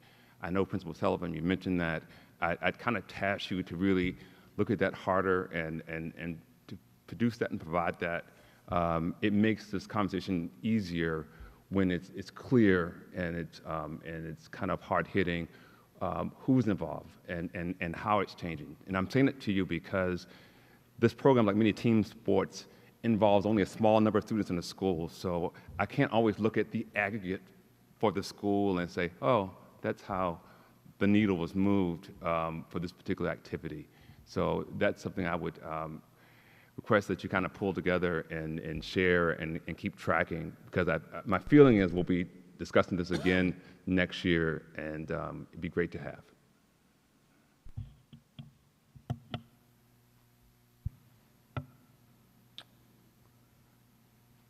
You have the floor.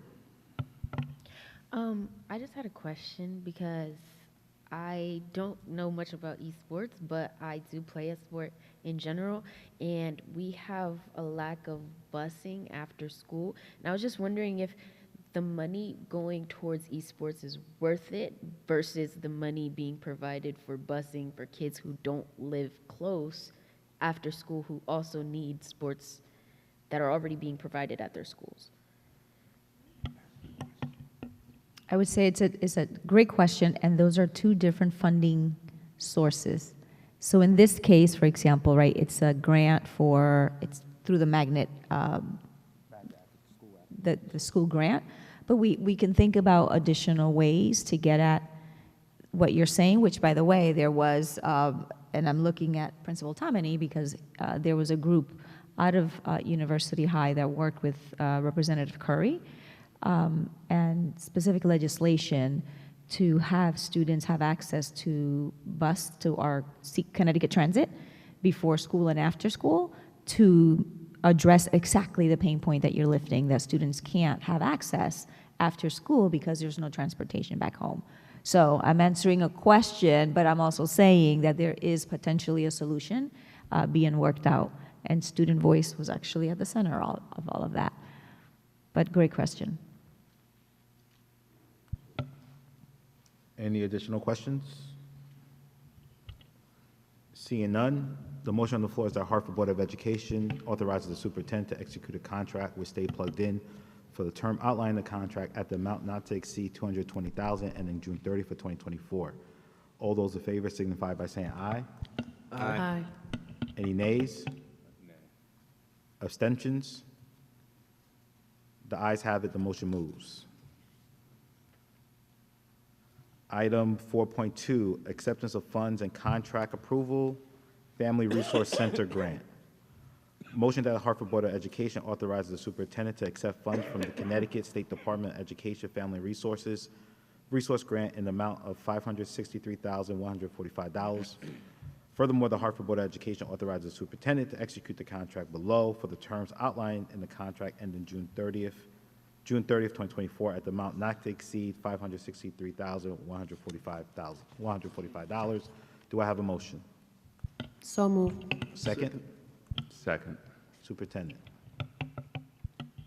As a background context, currently we operate in partnership with 5 family resource centers that are community-based organizations, 5 FRCs, and they provide parent education and training, a variety of family supports, preschool and school-age childcare services, positive youth development services, and family daycare provider trainings. And so we're excited that we have an opportunity to continue to strengthen these services, which we know are so essential for not only our students, but our families and school communities. The work that is done through our FRCs is timely as it strongly connects the engagement and the supports model what we're trying to achieve throughout our strategic operating plan. So through submission of this grant, what we're seeking is to continue to operate the 5 FRCs with specific CBOs or community-based organizations, including the Hispanic Health Council, the Village for Families and Children, and for, as a larger context, for fiscal year 24, the overall state allocation, because these are state funds, for family resource centers throughout the state was $6.8 million. And so each of the contract, the funds that we're seeking to accept are $563,000, $563,145 directly from the State Department of Ed. And as it relates to each contract for the CBOs will not exceed $103,686 for each FRC. I'll pause there in case you have any questions for our team members. I do have a question for public consumption. The money that's being received from the Connecticut, if voted, the money that's received from the Connecticut State Department of Education, can you talk about the latitude of those funds? Is it specifically for that? Could it be used for something else? I know there's a lot of questions around the budget and so forth. I'm pretty sure the comment would be, can those funds be used elsewhere? And I just want to make sure that the public knows the purpose of these particular funds. Yes, Chief Blackburk, if you can speak to the allocation that goes to each CBO and the grant parameters, because they're very specific. Thank you, and good evening, Board. So this question was also raised during the Committee of the Whole, and I just think for everyone's edification, it is important to share that the State Department of Education, this is done through them. The dollars that are granted to each district is done under Connecticut Statute Section 10-4A, Chapter 163. So no, these dollars cannot be used for anything else other than the Family Resource Centers. Thank you. Want to see if there's any questions from my colleagues.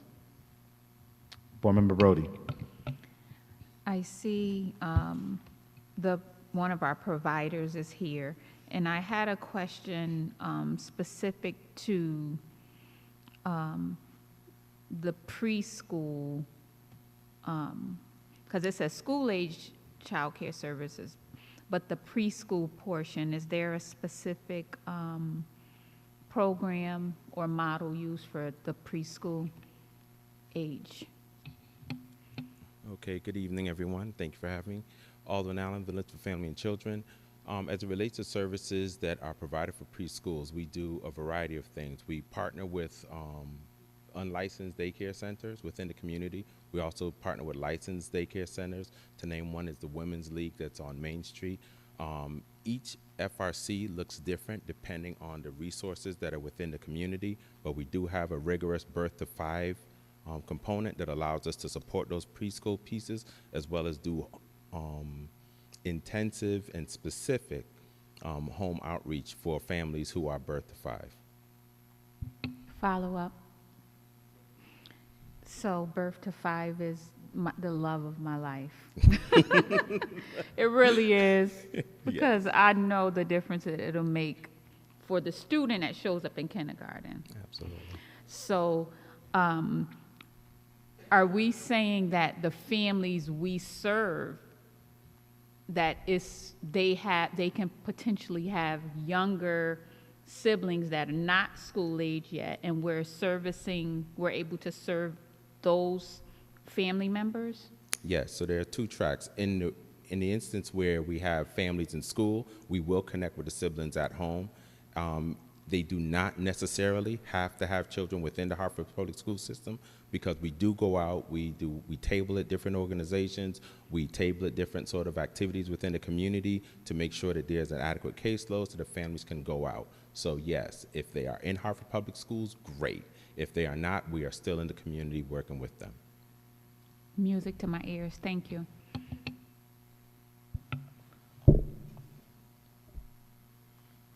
Are there any, Board Member Walker? Thank you, Mr. Chair.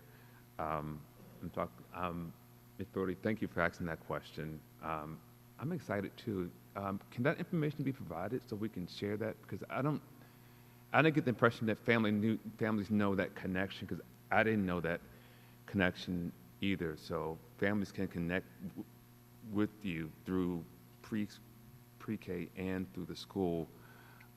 It may be nice to know what centers you're operating through, so families can know how to connect with you in a more structured way. So I'm just asking that maybe be provided, beyond this meeting, outside this meeting, so we can have that and share that. Absolutely. Are there any additional questions or comments from my colleagues? Board Member Ledger. Thank you so much. So I just have a question pardon me? Oh, okay, I thought you had something to say. I just have a question with regards to Montessori. So public Montessori, say for a program who has the children come in for half a day, would there be an option for childcare for those children for the second half of the day to help the families, or is that something that wouldn't be under that scope? Unfortunately, the FRCs are site-based because they are state licensed, right? They are state structured and managed. They are specific site-based. Whenever we provide an application to them, they come out, they view the space, they provide authorization to work within those walls. So currently, at the 5 sites are the places that we provide the on-site services. As we talk about the K5, the birth to 5, those are one of the 7 program components. The after-school care and the preschool services, those are also site-based. So unfortunately, because there is no site under state statute at the Montessori, we are unable to go onto that site and provide those services. Follow up. Yep. So what if the parents, or what if the students were transported to one of those approved sites? Would that be a possibility? Because we operate within the Hartford Public Schools, if that's a conversation that the principals have and they find that there are the resources to do that, then that's a reality that then we can explore. We serve through the state that particular school in partnership with the principal. Thank you. Are there additional questions or comments? Seeing none, the motion on the floor is that the Harvard Board of Education authorizes the superintendent to accept funds from the Connecticut State Department of Education Family Resource Center Grant in the amount of $563,145. Furthermore, the Hartford Board of Education authorizes the superintendent to execute the contracts below for the terms outlined in the contract ended June 30th of 2024 at the amount not to exceed $563,145. All those in favor signify by saying aye. Aye. Aye. Any nays? Abstentions? The ayes have it, the motion moves. Thank you. Thank you. Item 4.3, contract continuation approval, Power School. Motion that the Hartford Board of Education authorizes the superintendent to execute a contract with Power School for the term outlined in the contract at an amount not to exceed $553,989.10 and then June 30th of 2025. Do I have a motion? So moved. Second. Superintendent? Yes, we are requesting to continue our contract with Power School.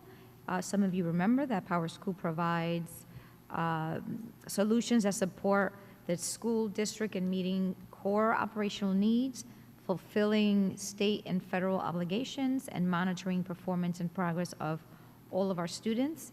So the renewal actually includes several software solutions, including the student information system with cloud hosting, the student registration and enrollment system, the assessment and analytics system, Naviance, the Naviance Student College Career and Life Readiness System, which is now under the Power School umbrella, and the Student Intervention Monitoring System. So Power School has supported the district since 2009, and so when we think about several, this contract will support and align with the work in several departments, performance and accountability. That's where the student information system with the cloud hosting, Power Teacher Pro grade book, so teachers can enter their grades, and then the academics department with Naviance, special programs are tiered systems, and then of course enrollment and choice for student registration and enrollment. So a variety of departments have access to this crucial software system. And I will pause because I see both Ms. Abby and Richard here in case there are any questions. Before I turn to Mike, is there anyone from Power School here, per se? No. No, okay. I'll look to my colleagues. Ms. Ledger? Thank you so much. So as an educator, I have utilized Power School, and I still use Power School where I work. The question I have is, if we do approve this, is there something, I want to say something, is there professional development for teachers, for staff, where they can maximize the benefits of everything that Power School has to offer? Because I know that there are many different aspects that are not utilized. So I wouldn't want to see it as a waste. Sure. Good evening, everyone. I'm Abby Olinger-Quint. I'm the Senior Director for Data and Accountability in the Office of Performance. I do have Richard Lindwall with me here. He is our Power School Administrator.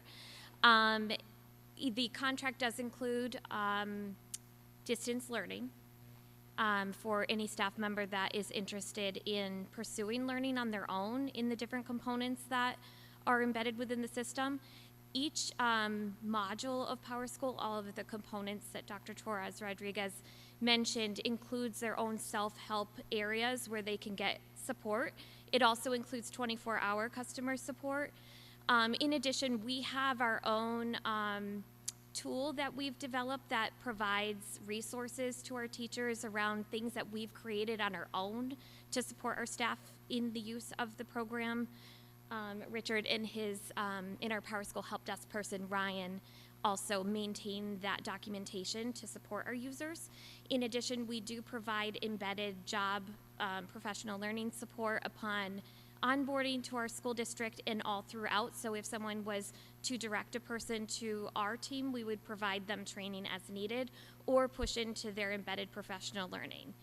Given their role in the district. For example, new teacher, we do a new teacher, new leader PD in August every year, or say someone is hired as a behavior tech, we actually push into their professional learning sessions as needed in role-like sessions so that we can support behavior techs in accessing our discipline module.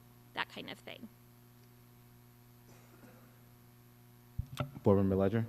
Thank you. So I know that Power School has a history of being, Power School is down for a certain number of hours, or when there's a situation like that, how quick are you able to get Power School back up, and what is your plan B when Power School is down? So we actually, we don't have a lot of outages of Power School. Our uptime is very high. Unless we take it down for system maintenance, it's very rarely out of commission for access to our staff. But I can talk about the fact that we did experience a serious outage of Power School, and that was when we returned from the pandemic and we had a ransomware attack in our school district that delayed school for one day. We were actually we pride ourselves on the ability that we were able to bring our system up and running and recover a backup of our student information over a weekend, so that we only resulted in one day delayed of school. And actually the delay of school was not due to our Power School system. It was due to the security team making sure our systems were stabilized so that all of our operations could resume in a safe manner. Board Member Schmerling, followed by Board Member Walker. Oh, I'm sorry. You want to go ahead? Oh, okay, thank you. Two questions. Sure. If I understand this correctly, Power School is the sole source for these services. It is, yes. So if for some crazy reason we said no to the program, Yep. what choice do we have?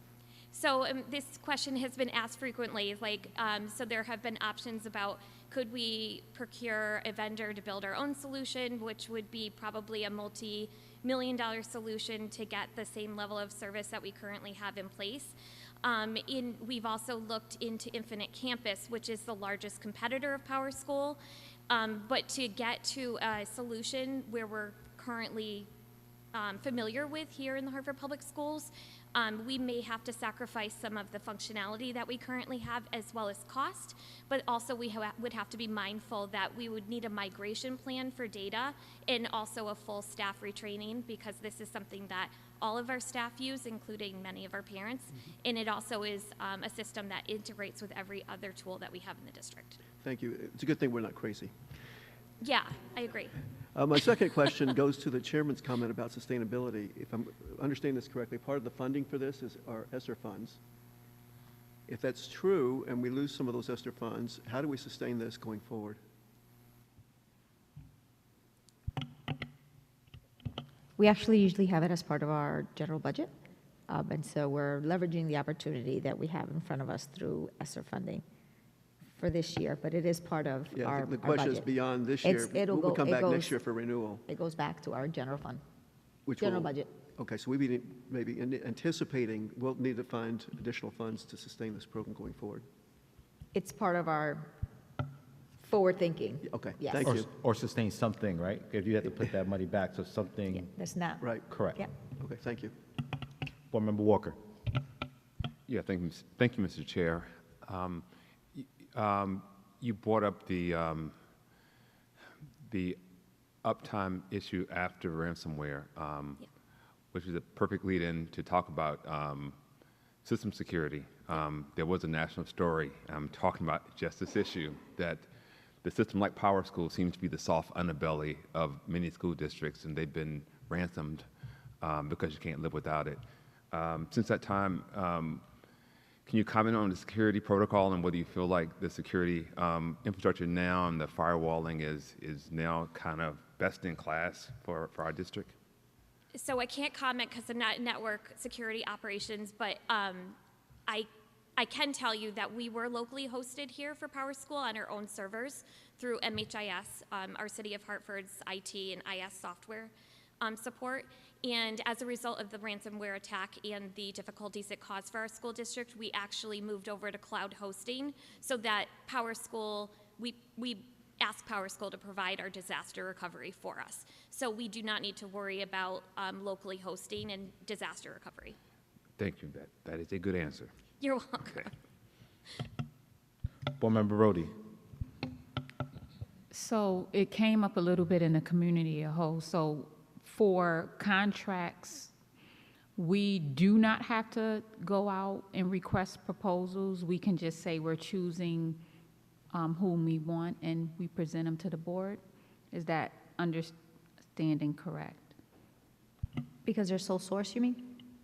Yeah, because we didn't say there could possibly be other vendors, we didn't get prices and say it's not worth it. We're just saying it's not worth it, but did we get it priced to say, because it was an example given Yep. on another vendor? I think it was the year 2016 we had a chief of data and accountability who came in, and he did get a quote and look into what it would take to switch over to Infinite Campus. If that is something that you would want us to go and pursue, again, my recommendation would be we would need a migration plan in order to plan for some sort of change like that. But I mean, we could definitely get a quote. I also would say that this was brought to our school district through RFP. So we did that diligence when we first acquired the solution. Okay, because I'm just trying to understand how it happened. We haven't entertained any other vendor for this type, I'm assuming since 2016. Correct. So do we ever think to do that? Not, is it just our practice to say this has been working for us, so we're just going to renew? I'm just asking so I can understand our process. So, Superintendent, before you answer that, and I think Dr. Schmerlin can relate to this, when I think about this situation, I almost think about in the medical field with Epic, which is very much similar to Power School, where unfortunately it's like that's the only solution, right? So you could certainly go out and do the process and so forth, but to some of the comments that were made, at the end of the day, they are by far the leader in that type of technology, at least in the healthcare space. And from what I hear, it sounds like Power School is probably in a similar position where they just have a lot of market share. They have all the technology, they have the bandwidth, they have the capacity, they have the efficiency. So we could certainly, to your point, we could certainly go shopping. I suspect that Power School will still come out on top as probably the lead horse. With that being said, Dr. Schmerlin. Yeah, I think it's prudent to periodically bid things out.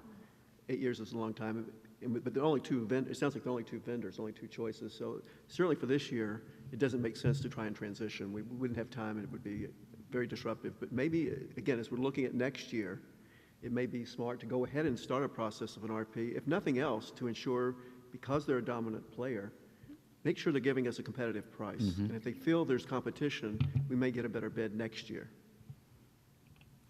I would agree. Zara. Oh, I'm sorry. Zara, you have the floor. Sorry, yeah. No. So I just wanted to touch on how we feel as students about Power School. Personally, I love Power School, and I know my parents love Power School, my teachers love it, and not just because it's easy, but because we're so used to it. Like, I've gotten used to it over the last not even probably more than 3 years. I've been using Power School. It's what we're all used to, especially at the high school level, where we check our grades constantly. For us to transition and move everything over to a whole new mechanism would be kind of a setback. And it would not only how long it would take to transition everything over, but how long it would take for everybody to get used to it. I probably wouldn't even be used to it by the time I graduate, and I'm a junior. So I don't know. I don't think, and there was a comment about it being the only solution. Is it the only solution or the best solution is what I think should be in the back of everybody's minds. I personally don't think we should mess with something that's not broken. Board Member Walker. Yeah, I would follow up on Zara's point that in every organization they have what I would call a strategic piece of software, and like an operation they have SAP, and to me this fits in that arena where you wouldn't do a switch just on cost. But I do think we as the board, and I understand you, Board Member Brody, need a little bit more education as to what a strategic kind of solution means for an organization. But I totally get as Zara says, strategic means is so embedded in everything that the district does that changing it would be well more than just the cost of the solution. And so I just wanted to say that maybe we would benefit from some education just to understand a little bit more about it. And I appreciate what Dr. Schmerlin said, that to me, at this point, competing would just probably be about getting a better cost from the folks who do Power School, but not necessarily to change over. Yeah, additional comment? I also just wanted to say that I heard the conversation about it, Power School ever being down. I've had conversations and I've been in school where I've said, oh, the Wi-Fi's down. Oh, this is down. I've never come into contact with Power School being down. I just wanted everybody to know that. I'm sure one of you is responsible for that. Just but so you know, that's him. good job on y'all. Just letting y'all know. Any additional comments? Board Member Ledger. So it's more of a question, a pondering. With regards to grades, entering grades in Power School, with Montessori, once again, I do know that with Montessori, it's a little different with regards to the grading system and the assessment system. Is there any talk or any thought of how you can have the Montessori grading system integrated maybe into Power School at some point? Are they student-based grading? Yeah. And we talked before, I think, too. Okay, so do you want to respond? Okay. So my understanding is, our understanding is Montessori schools are using standards-based grading models, which means their report cards would be custom to how they were designed them to be. So if there was a change that either of the principals needed to make to their report cards, that is something that they could work with our team or their EDSL perhaps to make those adjustments. Yeah, we can load custom report cards. That's not a problem. I do have one. Board Member Johnson. And forgive my ignorance. Thank you all so much for coming and talking to us. So I don't want to sound ignorant here, but like my child is in first grade, and I don't think he uses Power School. I believe it's another system, but is there a reason why that's not extended to lower grades? And he is in a Montessori school, by the way.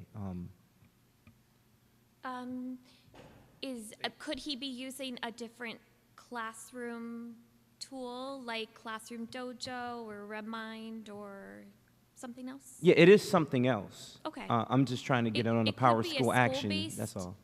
Tool that the school has opted to use to manage communications with families, unless it's like Parent Square or something. It is Parent Square. It is Parent Square. Oh, okay, so that's our Parent Square is our parent communication tool that we have selected to use with parents that allows us to communicate in a variety of ways without having to rely on phone numbers or email addresses, which sometimes our parents don't have access to those tools. And so it allows teachers to be able to communicate with parents in a way that's safe in kind of like an instant message kind of forum. And, you know, parents can see the translations in the preferred language, and teachers can receive translations of messages from parents in a language that they can understand as well. There is a way for us to share report cards and assessment results with parents in a secure way without having to rely on mail. But that is a tool that is reliant on Power School because it integrates directly on a nightly basis to allow our teachers and staff to communicate with parents. There is a separate tool that is also a parent tool and a student tool, which would be Parent or Student Portal, and that system allows students and parents to monitor grades and contact information, class schedules for their kids, as well as attendance for their children. But some of it is overlap, but really the Parent Square tool is really our messaging tool. for families. Any additional comments or questions? I do have one comment. So I know the conversation has been around going out to bid and being strategic and so forth. It just dawned on me to actually know a few executives of Power School, and my one recommendation that I would give to you is, if you are going to do that, do not solely go as Hartford, meaning, right, like if you're going to have those type of conversations, see if there's other school districts that might be in a similar situation, so more like collective bargaining. Again, them being the 800-pound gorilla in the room, at least in the market, right, I'm sure they want our money, but if you decide to go in a different direction, they'll be just okay. So again, in the spirit of collaboration, if we do decide to go in that path and we are serious about it, I would say try to create allies with other districts that might be in a similar situation. Thank you for that recommendation. With that being said, the motion on the floor is that the Hartford Board of Education authorizes the superintendent to execute a contract with Power School for the term outlined in the contract at the amount not to exceed $553,989.10 ending June 30th of 2025. All those in favor signify by saying aye. Aye. Any nays? Abstentions? I abstain. We have one abstain. The ayes have it. The motion moves. Moving on to item 4.4, first reading, proposed 24-25 district school calendar. I do have to excuse myself to use the restroom, and I will pass it over to Board Member Johnson to field any questions, and I'll be right back. It's first reading. All right, Superintendent. Thank you. I have a lot of background to offer here. So the proposed academic calendar reflects input and feedback collected from several stakeholder groups, 700 respondents from HFT, Hartford Federation of Teacher Membership, via surveys administered by the HFT, about 50 responses from administrators, student feedback from students in capstone courses, our district ACE team members, cabinet feedback, and it represents over 400 families through survey feedback as well. I know that this was discussed at the Committee of the Whole, but I'll just, for our public, there are key points here that we were thinking through when the calendar was developed. One, the development included a review of available school district calendars with the hope to align days off with surrounding towns to the extent possible. And essentially feedback from all stakeholders overwhelmingly wanted alignment to surrounding school district calendars for the start date and for key vacations and holidays. It entails 182 school days, which is in alignment with compliance with the state identified 18 days for chronic absenteeism. When thinking about the beginning of the school, so school begins with in the last week of August, and so you'll see that discussion, I think, in the Committee of the Whole spoke to most stakeholder groups agreed having a sort of like transition grade starting on different days to allow for, some adjustment, right, into the school community, some relationship building and whole school supports. Additional professional learning time allows for, additional family outreach in the afternoon of those half days, as well as any school-based family events, which are usually done to kind of, integrate families and get to know staff, families, and students. Most stakeholder groups prefer to start before Labor Day, as it would allow for, one, the alignment with other school districts, but on the other end of the year, earlier release for summer programming and families, family activities. And it also ensures that we're able to build in snow days, just in case. Relative to aligning days off with surrounding districts, the alignment includes Indigenous Peoples Day, Veterans Day, which is closed for staff and students. Most stakeholder groups actually preferred having both of those. off, both Indigenous Peoples' Day and Veterans Day. Closed schools on state holidays. There was one stakeholder group that agreed that we continue to follow the current practice for celebrating holidays and not add additional dates to the calendar. Relative to spring break, all stakeholder groups preferred that spring break was aligned to other districts. A reminder to all of us about the intercession, right? We had added both February and April intercession during the pandemic years just as a strategy for recovery. We had not planned after ESSER funding sunsets to have both of those. And so what is in this calendar is for February is the half-day Friday and Monday and the Tuesday off. Relative to the extended winter break, right, we want to minimize absences prior to Christmas and between New Year's and Three Kings Day. All stakeholder groups preferred not having school on that 23rd of December, given that it's a Monday. This also would support current attendance data, given that the highest absences for the year actually occur before Christmas Eve. You'll see the 5 full days of professional learning, 10 early release days, and I spoke about the removal of the intercession. I know that was a mouthful, but wanted to provide most of the conversations and the recommendations from the stakeholder groups. Thank you. Board Member Brody, followed by Board Member Walker. Did Juneteenth disappear this year? Should be. Unless the drop down is not. I can't tell what the 19th is with the X on it because it has a holiday. It says X and I can't, because it's not in color, so I yes, it is. kinda- It is a holiday vacation. Schools closed. Is that Juneteenth Yes. observance? Yes. Okay, because I don't think I saw that when I was looking at it before, but if that's what it is. You see it there on that one?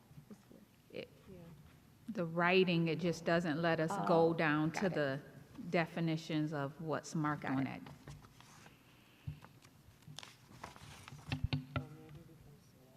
Board Member Walker.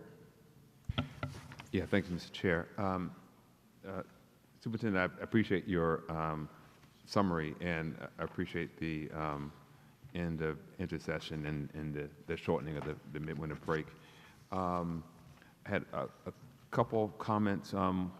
One, I think you kind of talked to it, the 182-day, 181-day school year still means that 18 days is the point of chronic absenteeism, right? Yes. Because I had some questioning about people doing math and figuring out was that 10% or not, but 18 is still 18. So that's good to know. The other comment, I think the chair talked about at our meeting, revisiting with some stakeholders, because I did float this past a few teachers just in passing, and several teachers weren't totally familiar that the draft had come out yet, and so they had some thoughts about the selections for the PD half-day and the shifting from Wednesday to Friday, and so it felt like there's still an opportunity to maybe talk to, I guess, instructional staff about the proposed changes. I don't know if this one has that shift, but I know one of the drafts had the half-day shift from Wednesday to Friday. Am I accurate in your saying that? Yes, that was a consideration. We have landed on the Wednesday. Oh, okay. Half day. Okay. Yes. Okay. So I guess you got that feedback. Okay. So that's my feedback for that. Thank you. Board Member Johnson. Yeah, thank you, Chairman. This is to our student representatives. We really would like to hear your voices on this. You know, as a parent, Wednesdays seem kind of like an inconvenience to pick up kids in the middle of the day, but that's just a parent perspective. I'm interested to hear your perspective on changing the half-day to Fridays.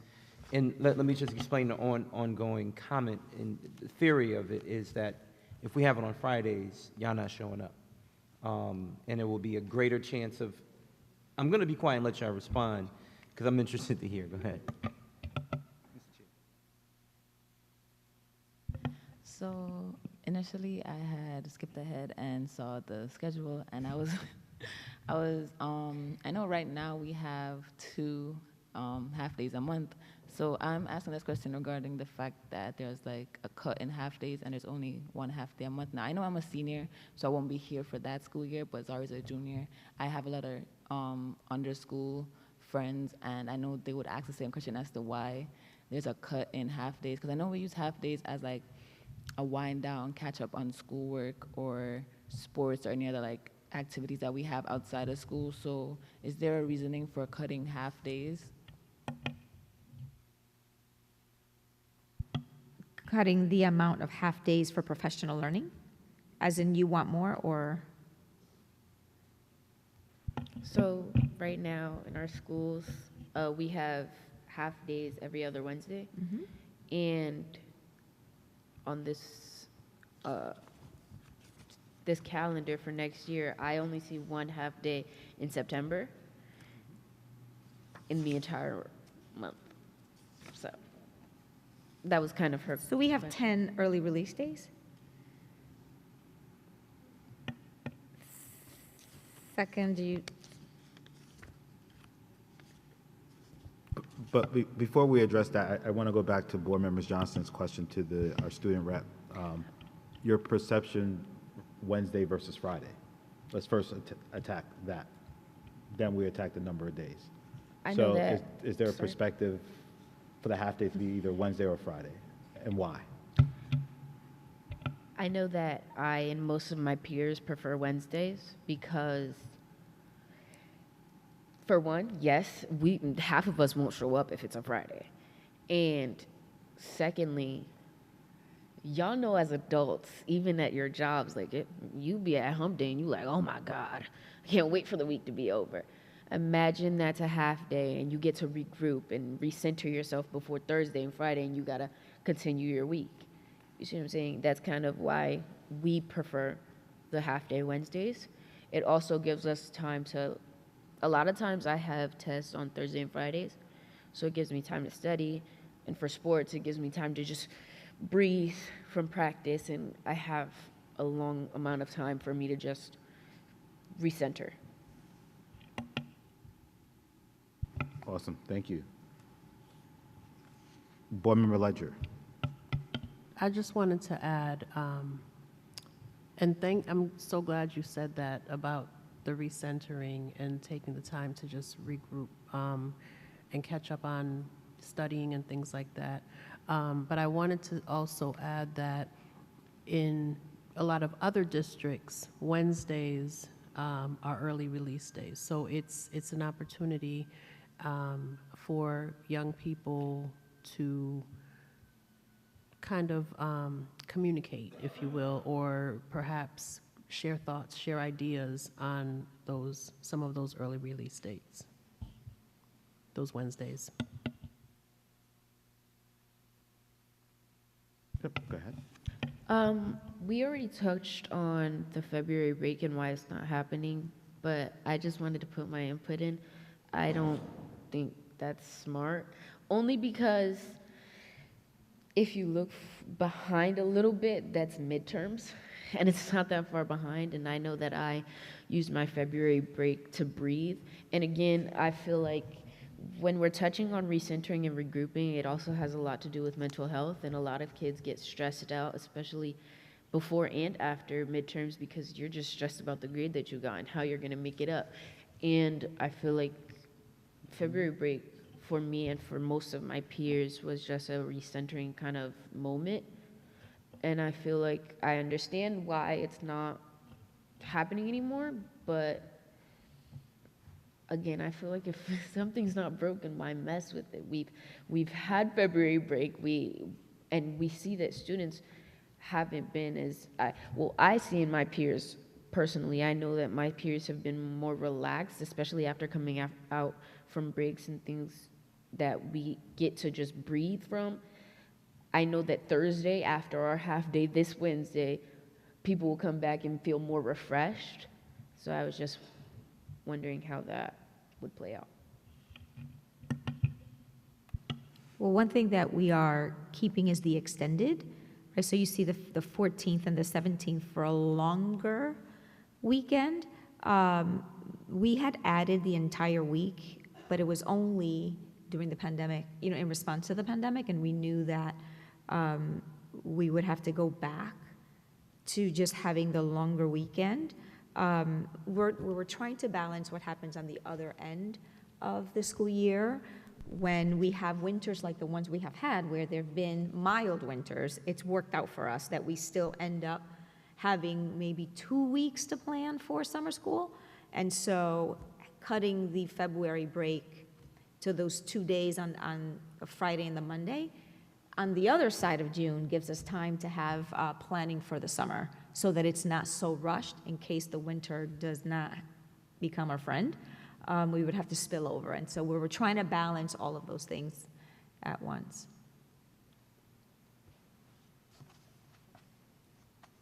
I'm sorry, I hate to keep talking.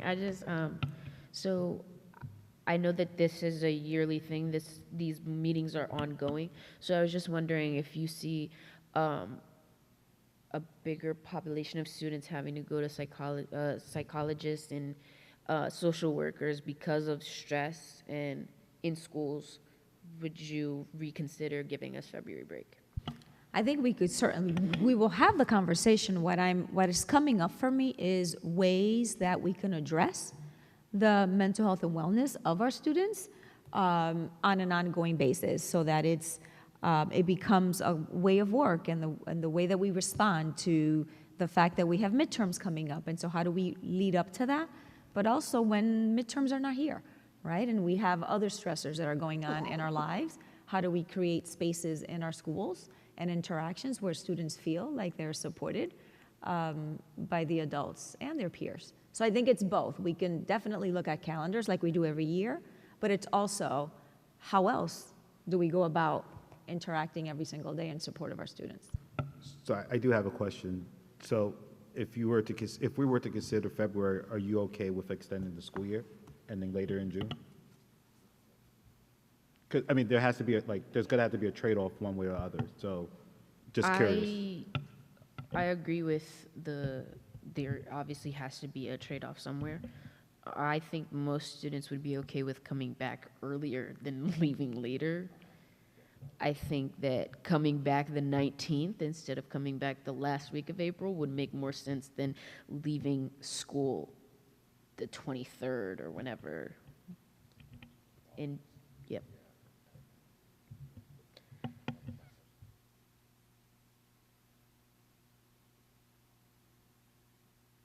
Can I clarify what 19th?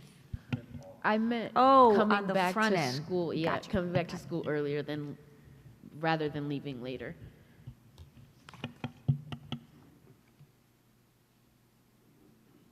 Board Member Smerling? I do think this conversation leads us to another issue which we don't think about, is how to help students cope with stress. One day here, one day there, it really isn't going to do it. We know there are milestones in the school system based on the calendar when the emergency room fills up with what we call Zone C, which is the behavioral health unit. And midterms, even with the day off, our emergency department fills up from stress related to start of school, midterms. We know when all those things are happening, not because we have a calendar, but because of the number of children who come to the emergency department. So I don't think we're going to solve stress with one day here, one day there. I think it's going to really be a skill we need to help our students develop on how, because life is going to have lots of stressors, and you can't just take a day off to deal with it. We need to help kids learn how to deal with stress. It's part of daily life.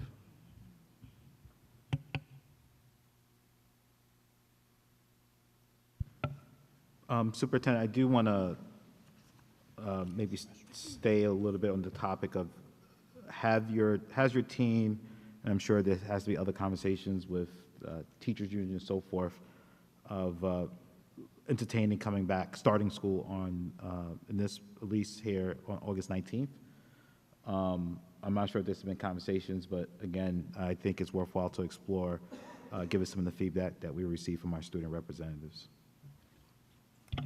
We can have the conversation, and we'll also think about the August graduation that we have and the time that we need in August to allow our students to finish credit recovery as well. I think this is a larger conversation with our bargaining team.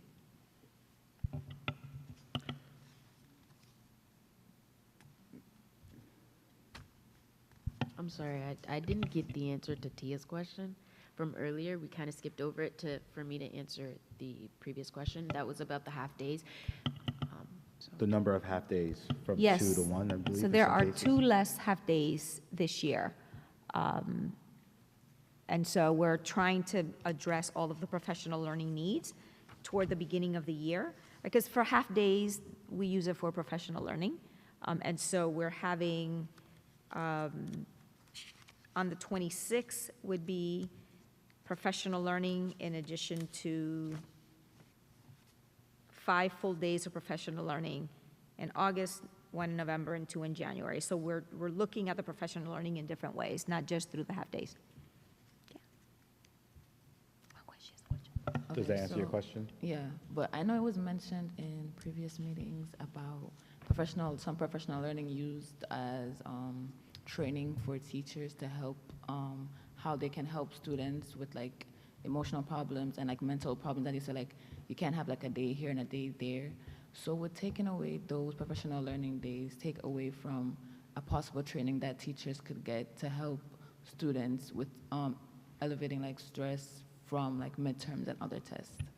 So I'll clarify that we're not taking them away, we are redistributing them in other ways. So from half-days to full days.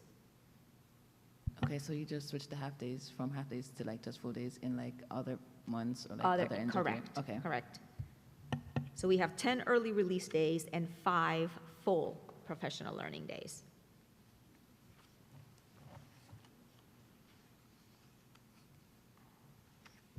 That clarifies all of it. All right, great. I think your feedback is critical for this first reading, so thank you for that. Again, given that this is the first reading, no vote is required. We now move to the consent agenda. Items on the consent agenda are 5.1, approval of plans, and ED 042 submittal Phase 1 Wish School, and 5.2, approval of minutes of February 20th, 2024 meeting. Any comments or questions on the consent agenda? Seeing none, do I have a motion to vote on the consent agenda as one item? So moved. All those in favor signify by saying aye. Aye. Aye. Aye. Any nays? Abstentions? The ayes have it. Item 5, executive session. Motion that we enter executive session. All those in favor signify by saying aye. Aye. Aye. Any nays? Abstentions? The ayes have it. We will be taking with us into executive session Superintendent Torres Rodriguez, Attorney Lori Mizerick, and Christina Santiago.